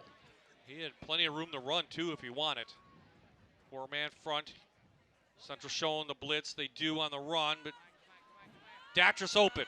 He's got open space. Kyle Datras outruns everyone. Touchdown, Loyalsock.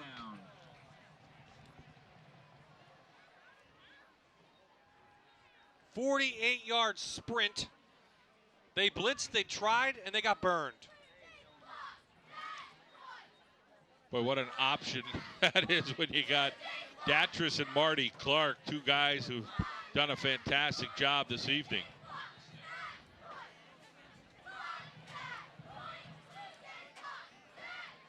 So Chapman's leg gonna be iced down tomorrow. Another extra point. This one is through. And Loyalsock has put 41 up on the board. And they lead now by 21 over Central Columbia. Yeah. So Kyle Datras, Mr. Everything for Loyalsock, does it one more time. And Datras gets a little option play over on the right-hand side. Fake it to the fullback, attract everyone. And then it is Afterburners Ignite. Kyle Datras one more time tonight.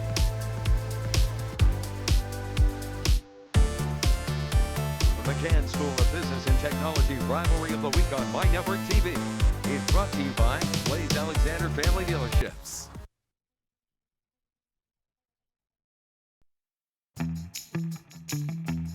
Back to Bluejays Stadium near Bloomsburg, Central Columbia. And Loyalsock going back and forth. Bob-eyed John Mendola inside the Sunbury Motors press box. I want to thank them for sponsoring our Central Pennsylvania coverage here on My Network TV. And on the kick, Central will have the ball at the 28. So at halftime, it was 21-14. Loyalsock came out in the third, John, and it seems like an hour and a half ago, but on the clock it's only been about 10 minutes. And they've outscored Central in this third quarter 20-6. Well, they've done it with all kind of different weapons, but the main guy you always want to look at is Datris. I mean, you know, Marty Clark's a heck of a running back, but it all goes through Kyle Datris, a 6'1", 185-pound senior. Well, let's see if Central now can put up some offense like they did in the first half. It is Shannon shooting through 12 yards. That's a good start now for the Blue Jays. Down by number 23, Cole Kavanaugh. That'll be enough for another Central Columbia. What does Central now have to do to get back into it offensively? Well, when you're down a few scores, I think you just got to go bread and butter, and then if you get it close, you know, maybe you could do some explosive plays. They tried the whole pass thing. That didn't work. They've been successful with the mix of the run and the pass, but more of the run tonight. You know, they thought if they run the football, they'd be effective. You know, they still have had a very successful offense tonight, even though they're down 3 scores. Now that one a little far one more time as Shannon had rolling, but just out of the reach. He's had trouble with those passes tonight. That's a hard pass to make if you don't have a real strong arm. And he's left some short here and there. And 500 yards for him last year, Bob. You mentioned that he played a bit last year for Central Columbia. I mean, his feet have been great tonight. And he's had nice touch balls downfield that he was able to make some connections with.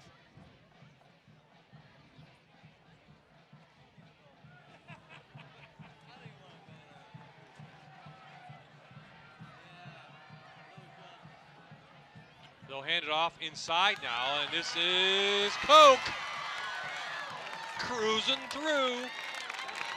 Danny Koch up inside Loyalsock territory, knocked down at the 26-yard line. Takes it down to the 25-yard line. Well, the clock just keeps stopping and stopping.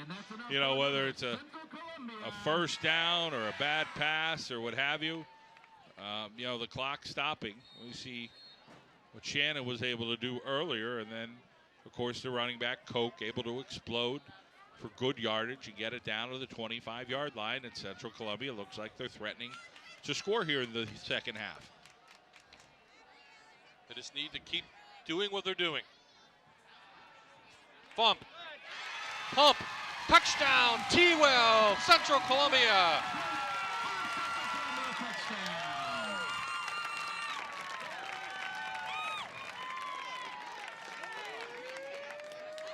$25 yards, 71-yard drive, 4 plays.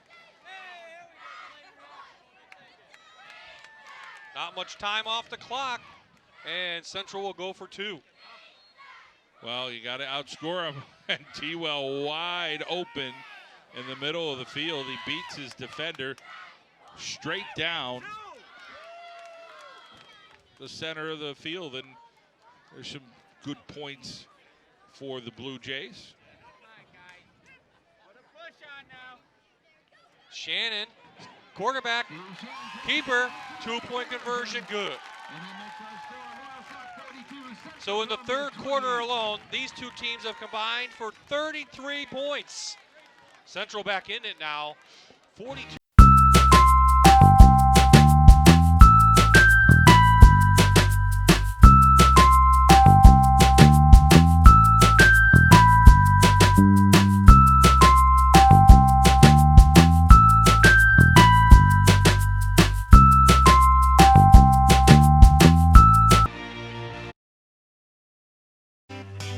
Back at Bluejays Stadium, Central Columbia School District.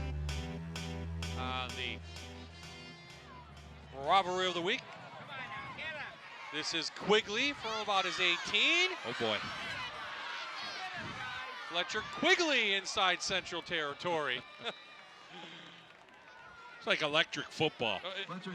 Yeah, exactly. You know, yeah. I mean, there's just some guys going down the field and a couple other guys run into them, but boy, there's been a whole lot of offense. Quigley's had a couple big plays tonight.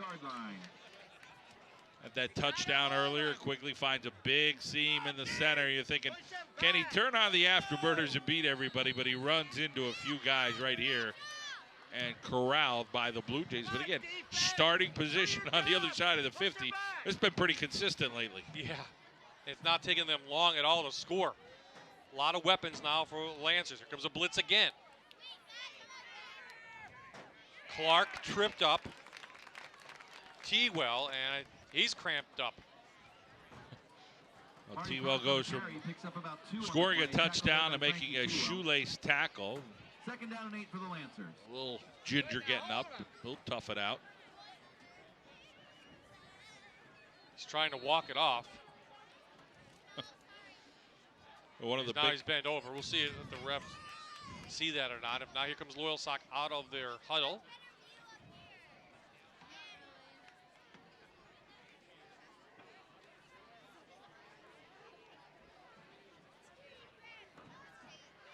Very entertaining game. Blitz again. Big block as Clark cuts outside. And that, as we found out, Nas is short, the senior. He's had 2 or 3 big ones tonight. If I'm him, I'm sending out this film. Because I'll tell you what, this shows what you can do downfield. Watch Clark or Nazir again getting that block over there short. And again, help spring Marty Clark, the 5'10", 190-pound sophomore. That was Danny Koch who got blocked. So again, many of these players going both ways tonight. Been some wild scores across northeastern Pennsylvania tonight. Yeah. Valley West fighting back. They were down 35-14. They within a touchdown. Well, it's a wild one here. Something's in the air. Datris just goes straight up the middle. Kyle Datris shoots through. 1st and goal. Loyalsock from the 8. Takes it down inside the 10-yard line. That is sneaky. And that's the end of the 3rd quarter, finally. That was a long 3rd quarter. 33 points combined put up on the board, and this one is still not over. 3 in the books here at Blue Jay Stadium. 42-28 the score, and we'll be right back. There's a fire starting in my heart, reaching a fever pitch, and it's bringing me out the dark.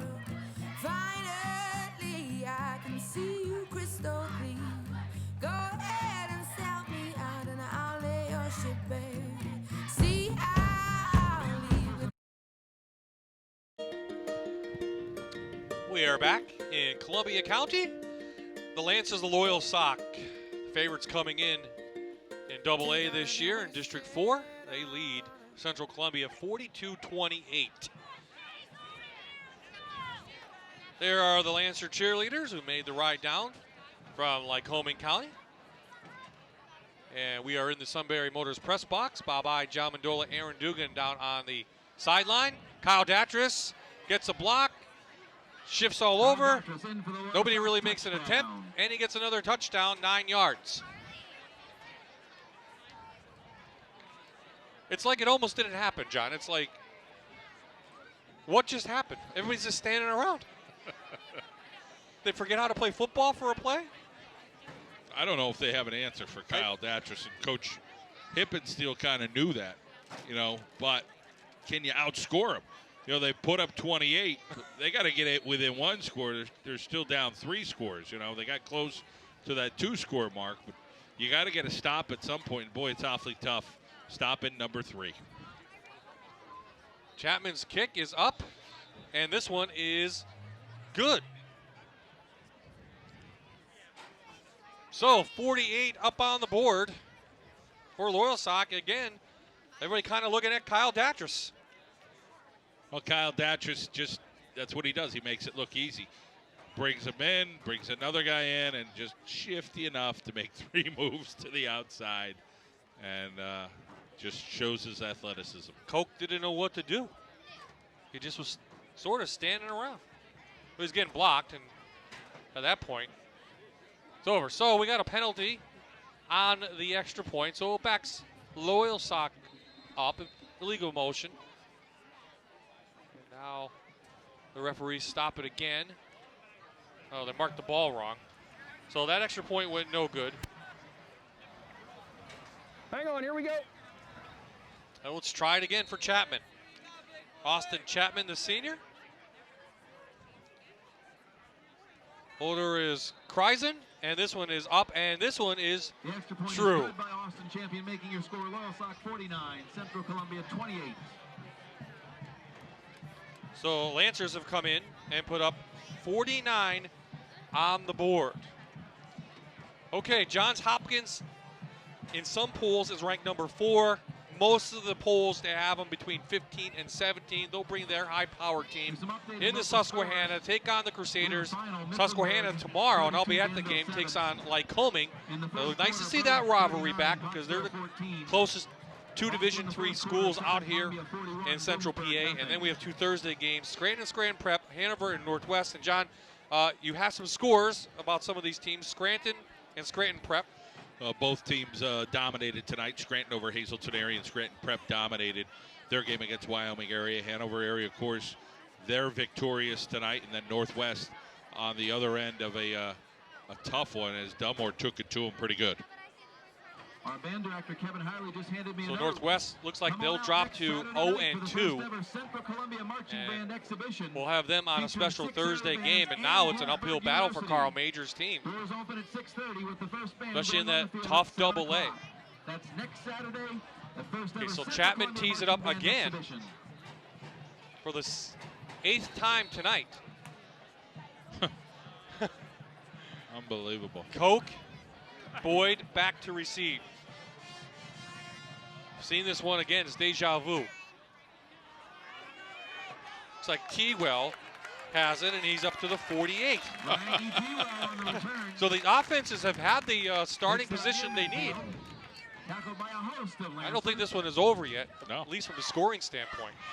Hey, there's been some teams coming back tonight on the scoreboard that have done it. Now, it would take a monster effort for Central Columbia, but, you know, Valley West, they found themselves down 3 touchdowns. They've tied it up.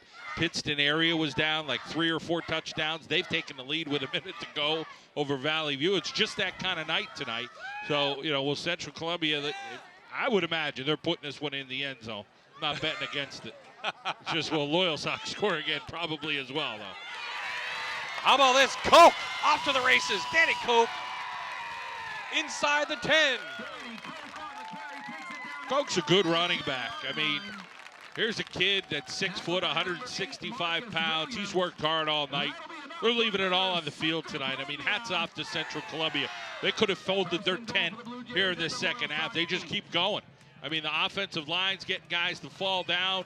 Receivers are blocking guys downfield. And guys like Koch, a senior, just sprinting down the sideline, getting some contact, brushing it off and lacing it back up and ready to go here as they try to punch one more in. Well, Datras wasn't on the field in his safety position. Shannon the fake. Nope, still on his feet. Steve Shannon on the Took a big pop from picks up 2 yards on the play down to the 6 Stensland. Tackled there by number 33. Second and goal now for Central. And second and goal for the Blue Jays. Definitely a night for stats. Each team putting up big offensive numbers.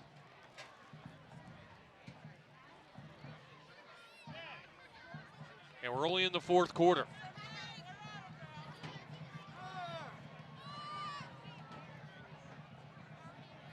Little fade.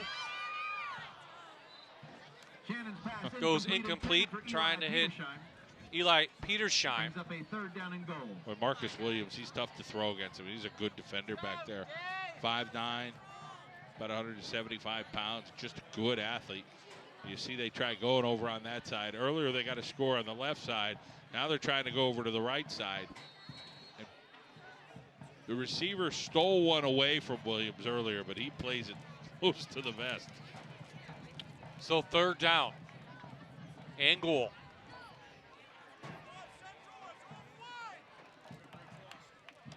Couple fakes, Shannon pushes in, touchdown Central Columbia.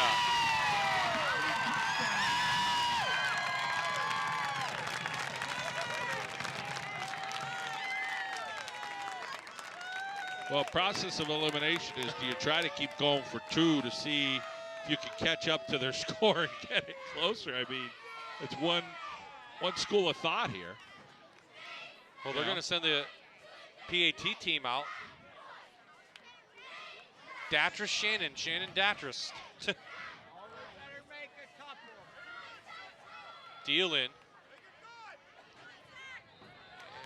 Off the crossbar and back in. So another touchdown on the board. 15-point lead for Loyalsock, but this one far from over. Central Columbia marches downfield 51 yards, and they are getting closer. There it is, Steve Shannon, head down, all 150-pound lump. He's pretty tough. The McCann School of Business and Technology rivalry of the week on My Network TV is brought to you by Blaze Alexander Family Dealerships.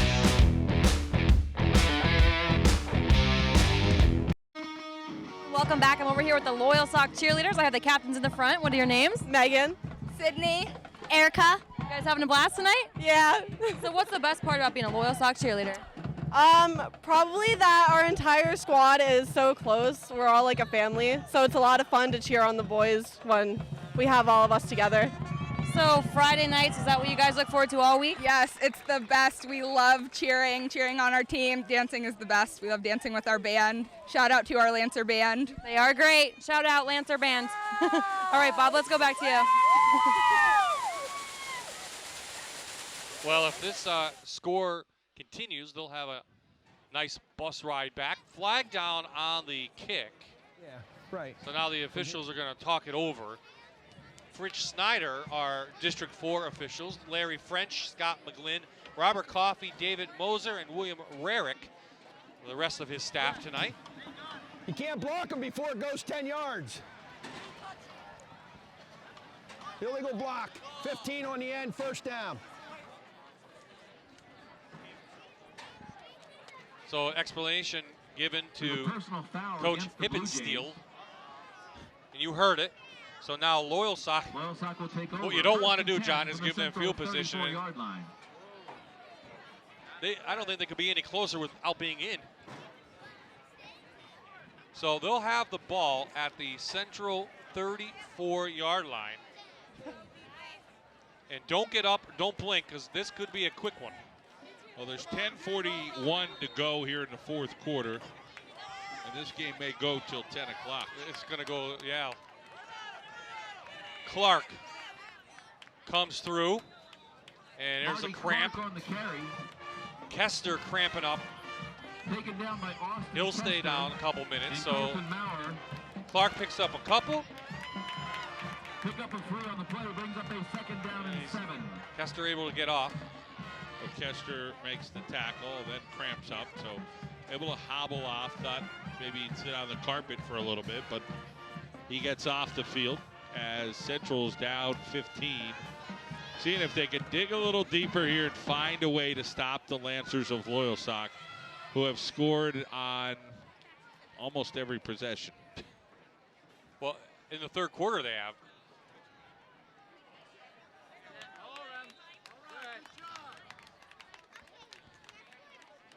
So Nate Rainey to fullback. Nate Rainey on the carry. Again, a carry. Picks up about 5 on the play.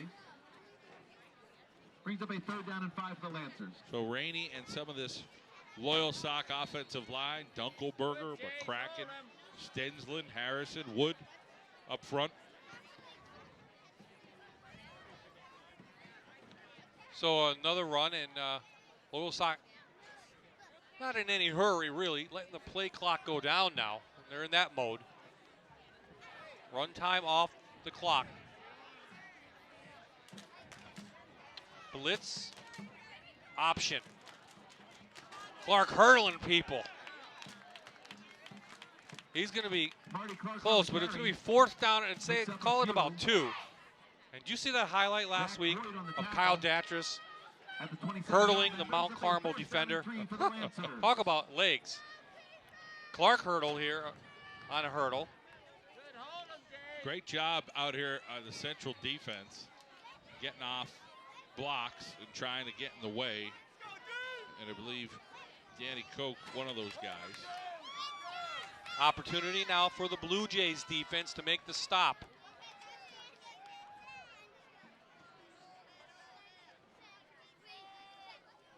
Showing middle blitz. Pump fake. Datras has a guy. Is tight end. He fumbles. And the Blue Jays have it. Braden Ray had it for Loyalsock. Lost it at the 1. And the Jays have it on their own 1-yard line. And that looked like Koch. Oh, the pump there. And then he throws it to his tight end. You got guys chasing him, and it is Koch who knocks the ball out. And it is Central recovering at the 1-yard line. 99 dramatic yards await Central Columbia for getting within 1 score. Good play call. Great fake. Ray unable to haul that one in. So the Blue Jays, who will face Central Mountain next week out in Lock Haven, have the ball. They'll hand it off up the middle for a couple yards.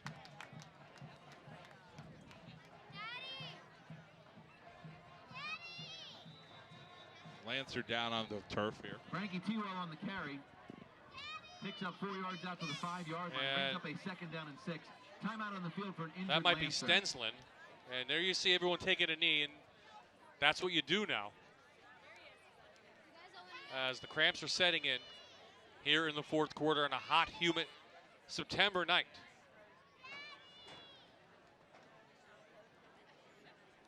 Central down 15 here in the 4th on a very long second half.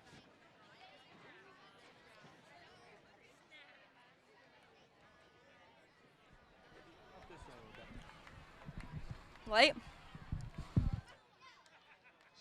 So a big sports show coming up on Fox 56. A lot of good things happening, and to tell us more about it is our own Aaron Dugan.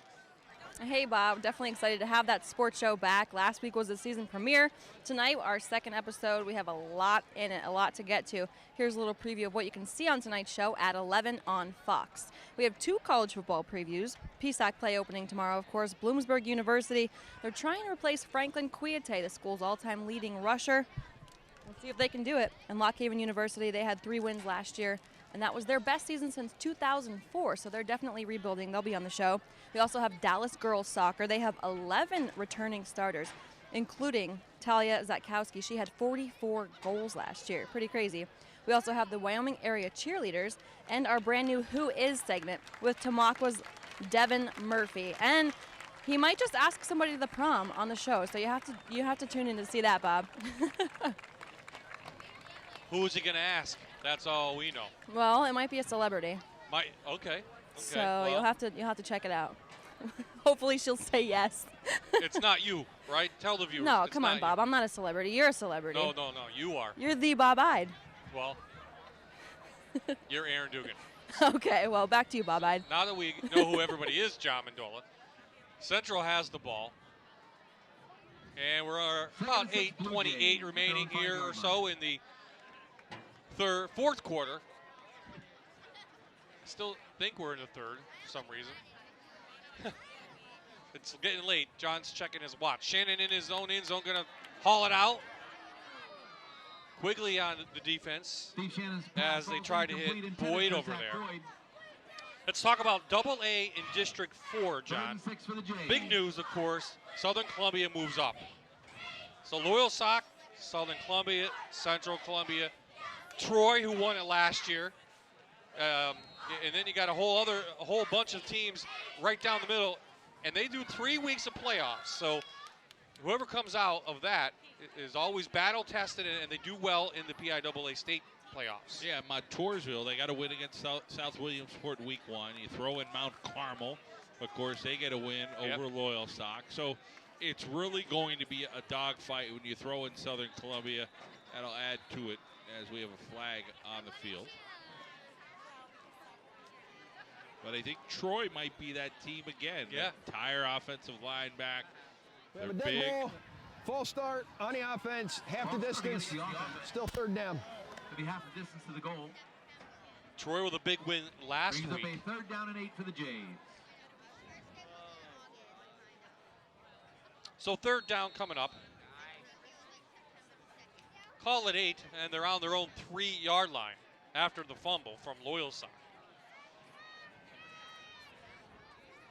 Been a back and forth game, but Loyalsock's really surged ahead in the second quarter.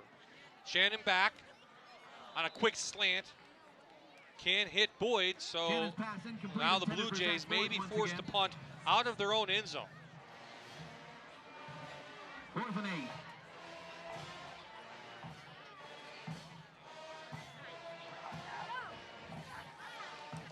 The clock just does not want to keep rolling. No, it stopped a lot. You know, a lot of passes tonight. Cramps, first down, scores. Touched, yeah, I was going to say scores. I mean, a lot of points tonight. So, hey, we're happy to give you, 83 points any night we could. Little pooch kick out there.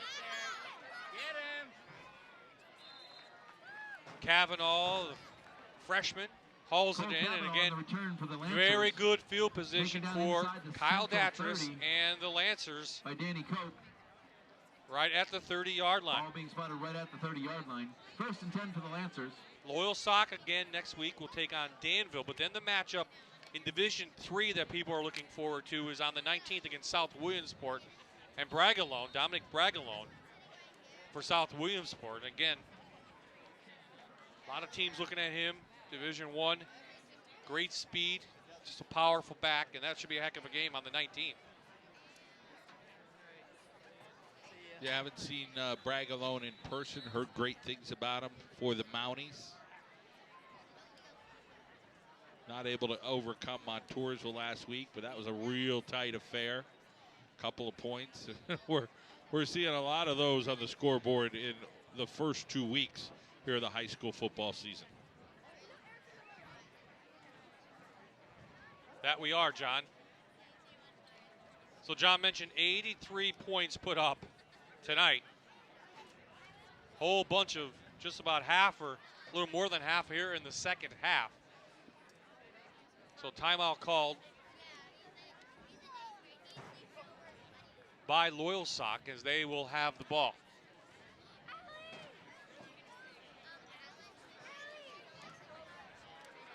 So District 4 play. We'll have AAA, Jersey Shore right there, Sealands Grove as well.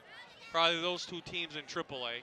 AA, toss-up at this point, Southern Columbia lost a couple big guys. Barks is out.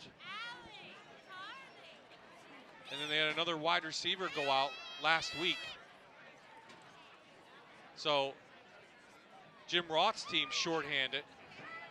Single A, probably look at South Williamsport, but Wellsboro's in there. With that quarterback, Pietropola. Now he's a kid I like to see. He's throwing it all over the place. He's getting Division I looks. So a lot of good football out here in Central PA this year. Should be a heck of a battle.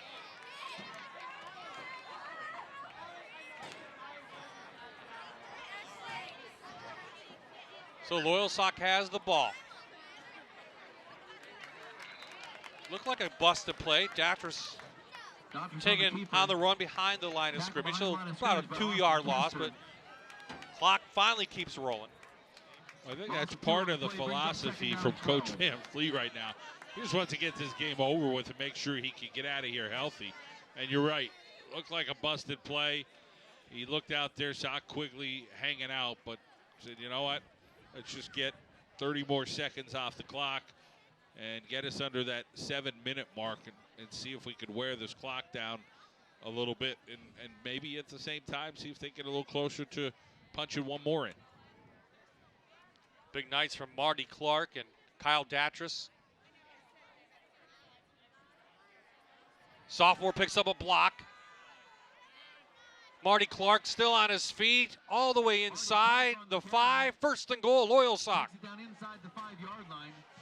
Tackled at the 4 by Danny Coates. 28 yards for number 28. And I don't have it, but he's pushing 200 yards tonight on the ground. Easily. Absolutely, yep. Now they're bringing heat up the middle. Times you're guessing you don't have linebackers there. Get a good block out there. Quigley blocking downfield. I mean, everybody's just contributed here.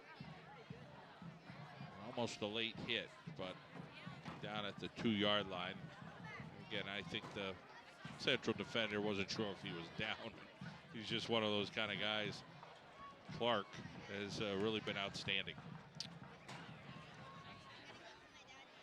Loyalsock trying to add to their lead.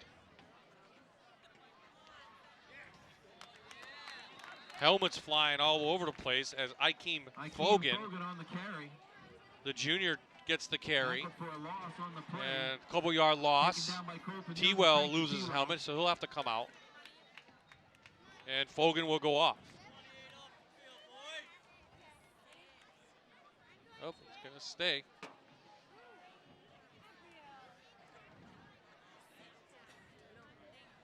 A lot of tough kids on the field tonight, John. Especially in this heat and humidity. Yeah, I think both teams have seen their fair share of hard-nosed efforts and guys toughing out some cramps and stuff like that. Getting up off the carpet after a hard hit. So timeout, Loyalsock. Well, if this game couldn't get any longer, well, they'll have a first timeout called. 83 points on the board. Loyalsock first and goal. Well, what more can you say? It's high school football in northeastern Pennsylvania.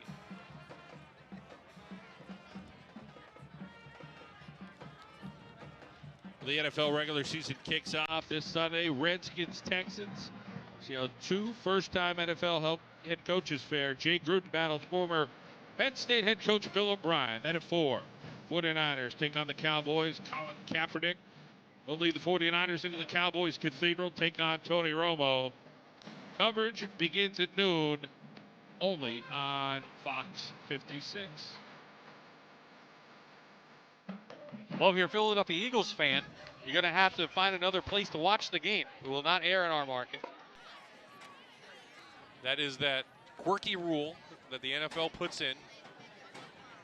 It's an AFC game because Jacksonville is an AFC team coming up, and the Steelers are playing, and Steelers take preference on the AFC station.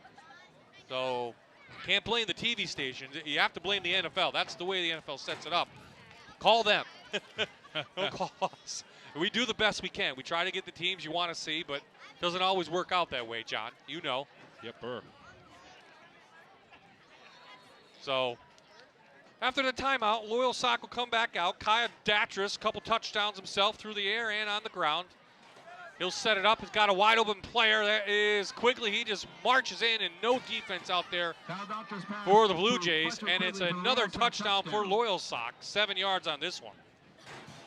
And this has become an old hat now.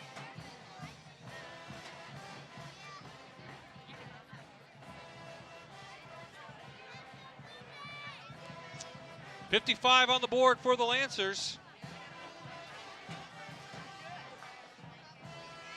See a team, I think I saw a college team last night scored 99 points. Wow.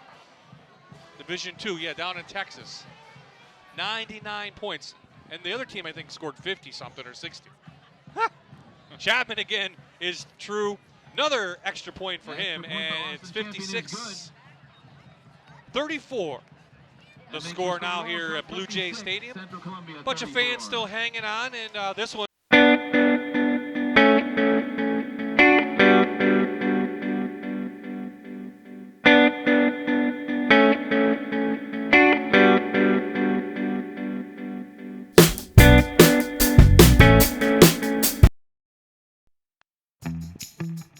We're back, Central Columbia High School, Blue Jay Stadium. Heartland Conference crossover game between two old rivals, but Loyalsock is putting up 56 tonight on the board. They found their offense after losing last week by 3. Central Columbia's found some offense as well, and that's the score right there.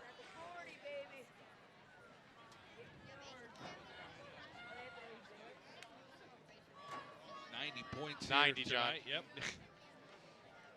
90-90 combined. I don't think I thought it'd be close, but putting up 90, I didn't see that coming. Trying to find out, work my magic here and see if I can find out this last year if Loyalsock put up 56. Not too many teams, I would say, put up over 50 in a game. But Loyalsock has that kind of offense. When it gets rolling, it's really hard to stop. What they need to find is their defense. Give credit to Central Columbia. Up guy takes it. Owen Gensimer on the return. Gensimer, the junior, Owen Gensimer, 5'11 junior. He picked it up, and Central Columbia now will have it. Marcus Williams on the tackle. We had 33 points scored in the third quarter and a whole bunch more in the fourth.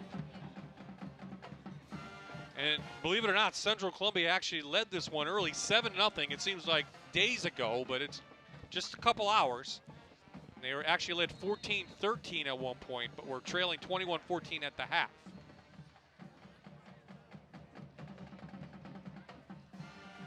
Ball at the 39. Koch's having a real good night. Danny Koch inside Loyalsock territory one more time. Danny Koch on the carry. 16 for Koch. And he's putting up some big numbers. Number 23, Cole Kavanaugh. Well, you'll see Koch here get the ball. Shannon Reed's over there. Gets a block from his fullback. That was T-Well. And Koch putting in some good numbers. They're going to head to the road, take on Central Mountain next week. Central Columbia, so a little bigger school there. And then they'll get Warrior Run in Southern Columbia to round out September.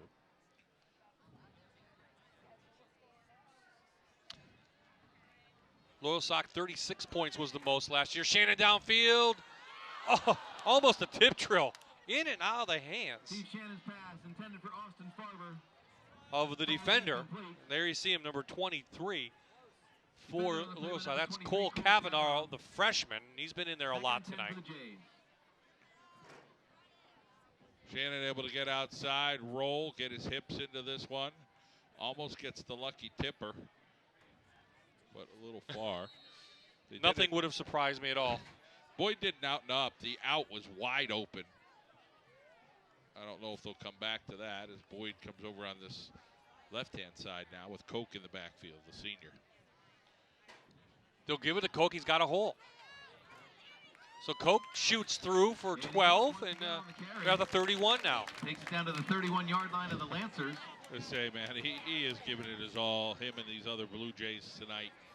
And Koch's done a fabulous job. Line out for an injury on the field. Look at a lineman downfield trying to get blocked, still hustling. I mean, how can you be disappointed in the effort tonight from the Blue Jays? Hippensteel's got to be, you know, smiles, the proud community here in Central Columbia.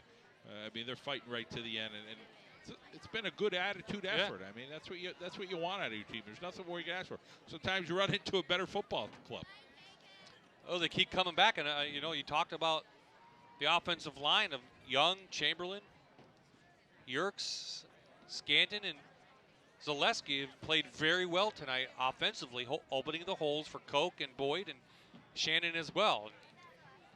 You know, they found something, and let's see if they can take that into Central Mountain. I know Coach Hippensteel was not happy with 3 wins last year. I mean, that's not Central Columbia football. They've won 290 games, has the Blue Jays, in their football career. Lost 277. They have 11 ties.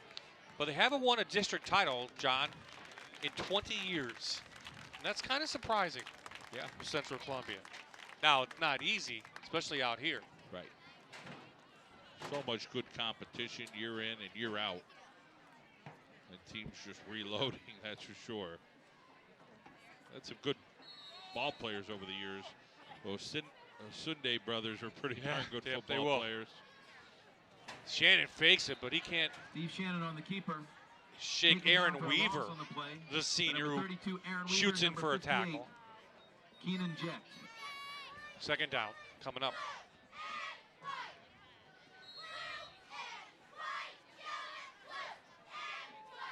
Got a 4-year quarterback a couple years ago that graduated.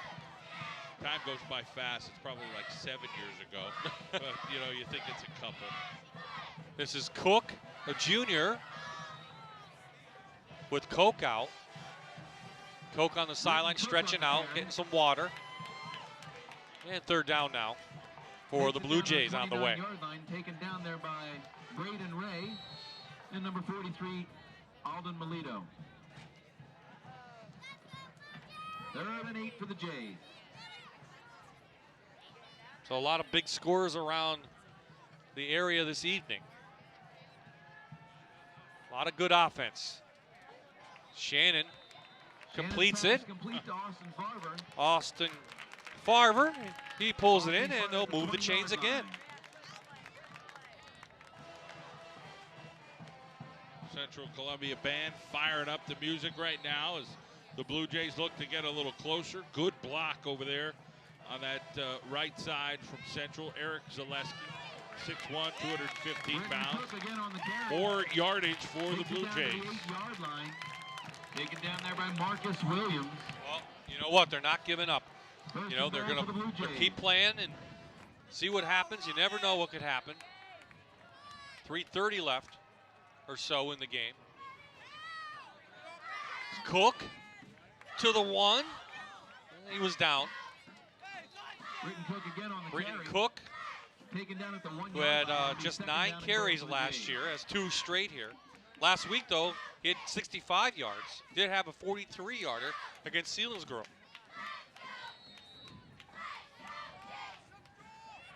Central up quick. Cook in, touchdown, Central Columbia.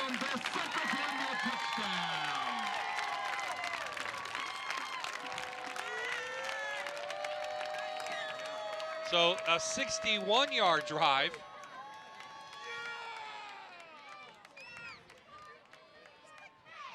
Eight plays, and Central, they're going to put up 40 themselves.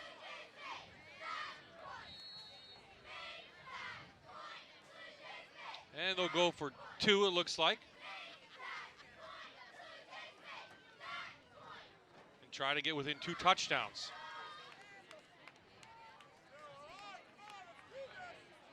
So the offenses have come. I think we'll have to work on the defense this week in practice. Shannon looking. No one there. Scoots in. Steve Shannon, 2-point conversion is good. And now the score is 56-42. Not a point scored here at Blue Jays Stadium, and we're not done yet. 3 minutes left in the game, and Central has another.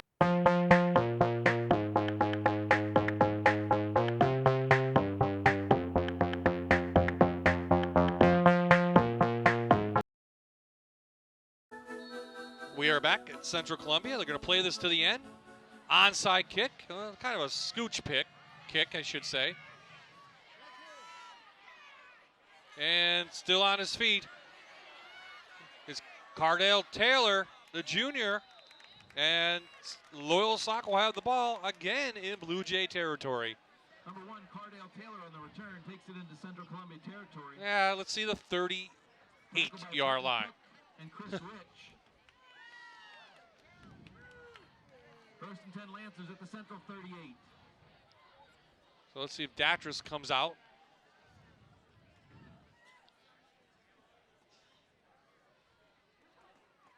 I mean, a lot of credit to both lines, John. Both lines have played pretty well tonight offensively, I think. You know? It's been, you know, hat on hat, guys positional blocking tonight, and guys just getting holes and then bursting through.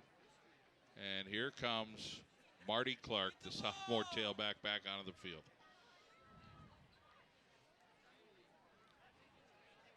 I'll hand it to the fullback. Scoots through, Nate Rainey.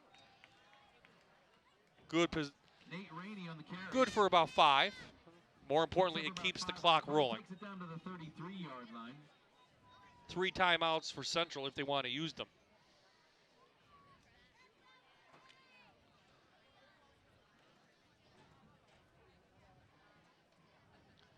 So 98 combined points between these two teams here in the Heartland Conference.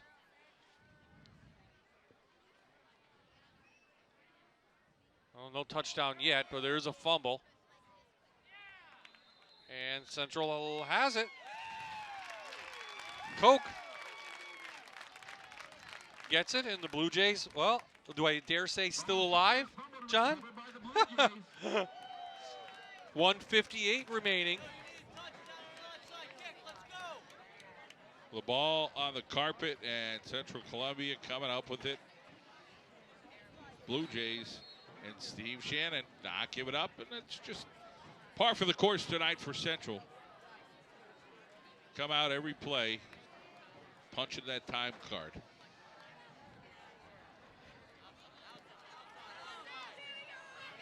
Koch recovers the fumble, then gets the ball. Danny Koch on the carry.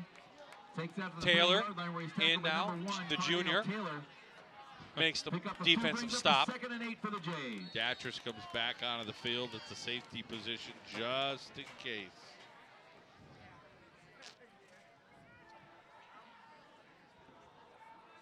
Over the middle, and he almost had Petersheim on this near side and stop and go, John. Steve Shannon's pass falls incomplete. Yeah, look this way. See if they come back to that. Zach Boyd. Yes, he was matched up against Taylor, who was a junior. So 3rd down now.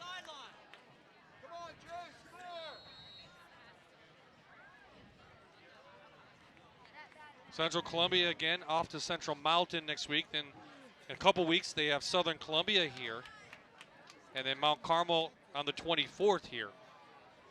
So those are 2 big teams. And there's a first down conversion. And John, you have a score from Selinsgrove, Mount Carmel? I saw 61 to 6 tonight. I don't know if that's true, but wow. Wow was right. Timeout Blue Jays. That's down their the first road, timeout of too. the half. They have 2 remaining. Out Mount Carmel. And Central Columbia, again, I think has that look of one of those teams that can make a run. Does Selinsgrove, I should say, in the AAA field of PIAA football.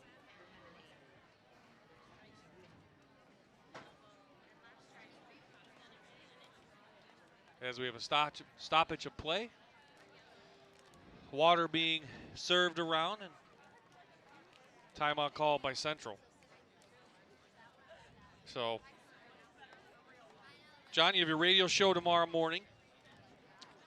Who do you think you're going to have? I'm going to have Trey Brown, Wilkes University football coach, talk with him as the Colonels open up, and he'll take on a familiar team in Muhlenberg, and then going to talk with Dalton LeCaux, the world champion powerlifter, a young man who graduated from Abington Heights.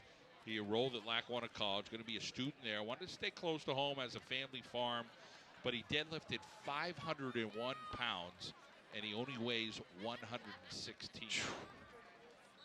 Born with a bone disorder, he's overcome so much adversity. Just started powerlifting in the last 2 years. Amazing.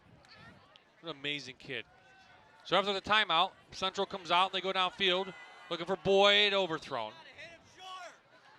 Shannon's pass intended for Zach Boyd. So that's second down coming up. Southern Columbia with a big win tonight over Bloomsburg, 47-0. Wow. You know, Southern, they go down with injuries. They get other guys that step up all the time. Jim Roth, 3rd winningest coach in the state of Pennsylvania. 355 wins, I believe he's got. He talked with me in the past week just a lot about loyalty and commitment, he said. Danny Koch on the carry. So Koch again, another Picks up carry. 5 on the play. Tackled by number 66, Daniel Harrison. You mentioned Central take on Brings up Southern in a 3rd and couple 5 for the weeks. Jays. Jim Roth will just keep continuing to go. At some point, he's going to get the Marks kid back. Excited about what he'll do at some surgery. Koch fumbles. Fumble out there by Koch. Recovered by number 55, Justin Wood. number 23. Good disruption in the backfield from number 55 for Loyalsock. That was a young guy. 4th down and 10 Made a for the couple Jays. of plays.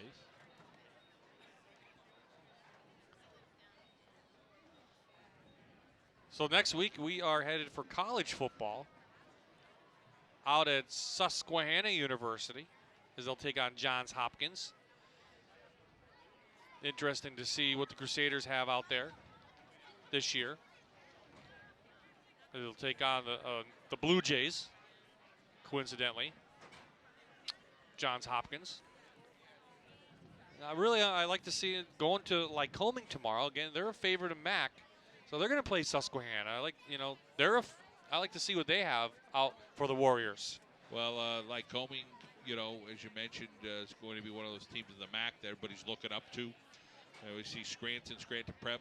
One of those high school games we're going to do on a Thursday night. We got a couple lined up for you. And then Hanover area Northwest. So a 4th down play for Central.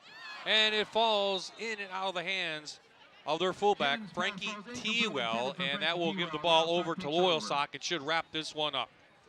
Central gave it their all, but they just cannot stop number 3 and number 28 for Loyalsock. As Kyle Datras threw a couple, scored a couple, and Marty Clark, again, 2 big runs for touchdowns. They'll be our players of the game, Kyle Datras and Marty Clark, the sophomore, as Loyalsock will get their first win of the year.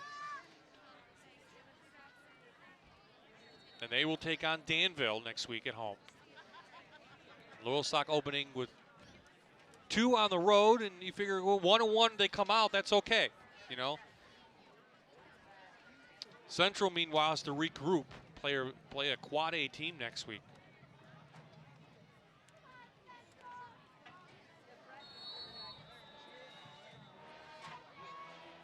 Somehow we have a timeout, Loyalsock.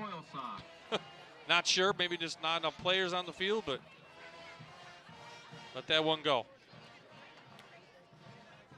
Well, the biggest comedy just got bigger. Mike and Molly, airing 5 nights a week on Fox 56.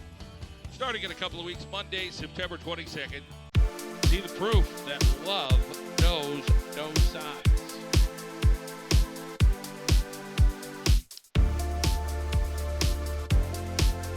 What do you like in the NFL, John, this year? I think it's going to be a tough year. A lot of the quote-unquote experts have picked the Patriots, but I think there's going to be one of those other X-Factor teams this year that makes it in the Super Bowl. Seattle looks great to start the year, but I think San Fran looks like things aren't going to line up for them this year. Maybe one of those teams that you don't expect a whole lot from this year. Detroit or one of those teams, maybe New Orleans. I think Atlanta. I think Atlanta has some good guys back. Watch out for the Eagles. And, Seattle, of course. They looked really good the other night. So they're going to wind this clock down. They'll run one more play, and that should do it. 98 combined points between Loyalsock and Central Columbia. It will be the Lancers who pick up their first win of the year, as they put up 56 on the board. 56, Central Columbia 42. And they win this one by 2 touchdowns after trailing in the first quarter. Central Mountain, Friday night at 7. 56-42. I want to thank all of our sponsors here. Blaze Alexander Group, Sunbury Motors, McCann, and Alaska Stove and Mifflinburg Bank. When we come back, Aaron Dugan's down on the field with our players of the game, and we'll talk to the winning coach.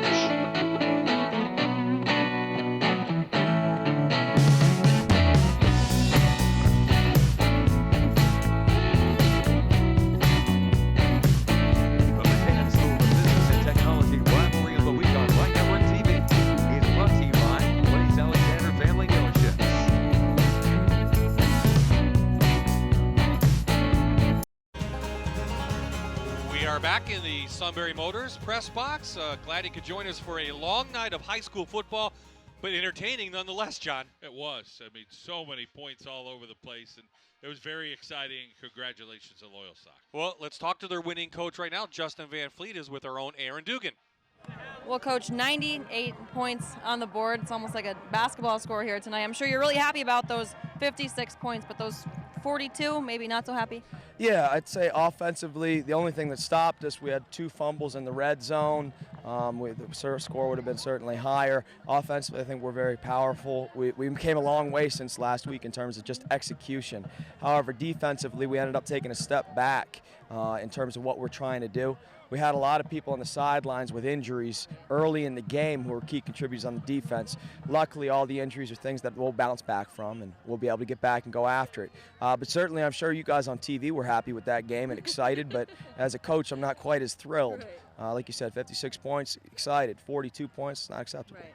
When you talk about Kyle Datras, I mean, you know, on the ground, in the air, he can really do everything, but it's nice to have some young kids coming up as well. Of course, Marty Clark, the sophomore, you must be thrilled. Yeah, we have some good players coming up. We had a freshman team that was undefeated. The one corner, number 8, Marcus, is a very good quarterback as well, and Cardale Taylor's another real good one. So we have a real bright future. Our line is mostly back. Our skill kids are mostly back. So we have a good future. I'm proud of where we're going as a program. We just have to shore up some things so we can meet expectations this year, our own personal ones at least. You'll enjoy this for a little bit, but Danville next week, what are you going to take from this game? Well, a win is a win. I've learned over the past few years, my first years, I'd get upset after a win at times. Certainly there's a lot to work from, and I always find more errors in wins than I do in losses, and that's kind of an odd thing. But in the same sense, I'm going to enjoy this one for about a solid hour, I'd say. Actually 20 minutes probably. And then we're off to Danville, who's beat us 4 times straight, knocked us out of the playoff 2 years in a row. So I told the team, if I have to motivate you this coming week, we're in some trouble. So we're going to go after it. We have one focus, one job. We're going to go get them. Well, congrats on the win. Thanks for your time. Thank you. All right, Bob, I'm going to grab the players of the game in just a minute. Well done, Aaron, and thank you very much. And thank you to Justin Van Fleet for all his help this week in getting all of our stats together. And he talked about it. Defense is going to have to work on that this week because Danville beat them 4 straight. Loyalsock found something offensively, though, and they kept going after it. And it wasn't just Kyle Datras. Right. It's nice when you get a sophomore running back who's going downhill. The Clark kid really seems like he's going to get much better as the year goes on. And he's, I think over 200 yards tonight. What he showed strength, he showed speed. I mean, he showed the finish. And he had just a lot of guys in the offensive line that unsung heroes. Well, let's see what Marty Clark has to say. He is standing by now with Aaron. That's right, Bob. Our 2 players of the game, Marty Clark, Kyle Datras. Talk about how explosive this offense was tonight from yourself and, of course, the guy to the right of you. We worked together. This is our first year playing together. We tried our best and got the W. We haven't beat them in 3 years. We finally broke the streak. As just a sophomore out there, you kind of look ahead a little bit to the leadership from those guys? Yes. Trying to get there. What are you taking from this game to Danville next week? Play the same exact way I played tonight. All right, well, best of luck. Thank you. Thank you. And Kyle doing it on the ground, in the air. You ever get sick of scoring, man? Oh, definitely not. I mean, our defense has to make some adjustments for next week if we want to keep winning. So we put some points on the board tonight, and I like what I saw on the offensive side of things, but we're going to have to make some adjustments on the defense. What did Coach say to you at the half? I mean, he just got us pumped up. Our heads were down a little bit until we got that interception to end the half. And then everyone was excited, got in the locker room. We were jumping around a little bit, getting our heads on straight, ready to go for the second half. It seems like offensively, once one thing happens, it's just like an avalanche. You guys seem to really, really get the momentum going. Definitely. Once we get the ball rolling, the offensive linemen get their assignments done, I mean, we can put a lot of points on the board. A lot of people this week was to be unselfish up front. Everyone was trying to do 2 jobs or 3 jobs at once last week, but everyone focused in on their job this week in technique and got the job done, and we put 56 points on the board. Besides defense, what else are you going to focus on this week in practice? Oh, we just want to get better every day, every rep. I mean, our offense can get better. We definitely messed up on some blocks. We ran some routes wrong. I read some things wrong, but, I mean, that's going to happen. We're in high school. But as long as we can build and get better each week, that's all you can ask for. First win of the season. Congrats. Thank you. I appreciate it. All right, back to you guys. Well, John, positives on both sides of the ball, though, for both teams as they head into week number 3. Absolutely. You know, Datris, just a pleasure to watch. Let's soak it up a little bit when you get to see Kyle Datris play high school football. He's going to be a big-time athlete, going to go to North Carolina, play baseball, and who knows beyond that. Absolutely. So Loyalsock picks up their first win. They're 1-1. Central goes to 0-2, and both teams will head into week number 3 with aspirations of continue on a positive season. Well, I thank everyone here at Central Columbia High School, including the athletic director, Kevin Miller, did an outstanding job. Another outstanding job by our crew of Fox 56 Sports.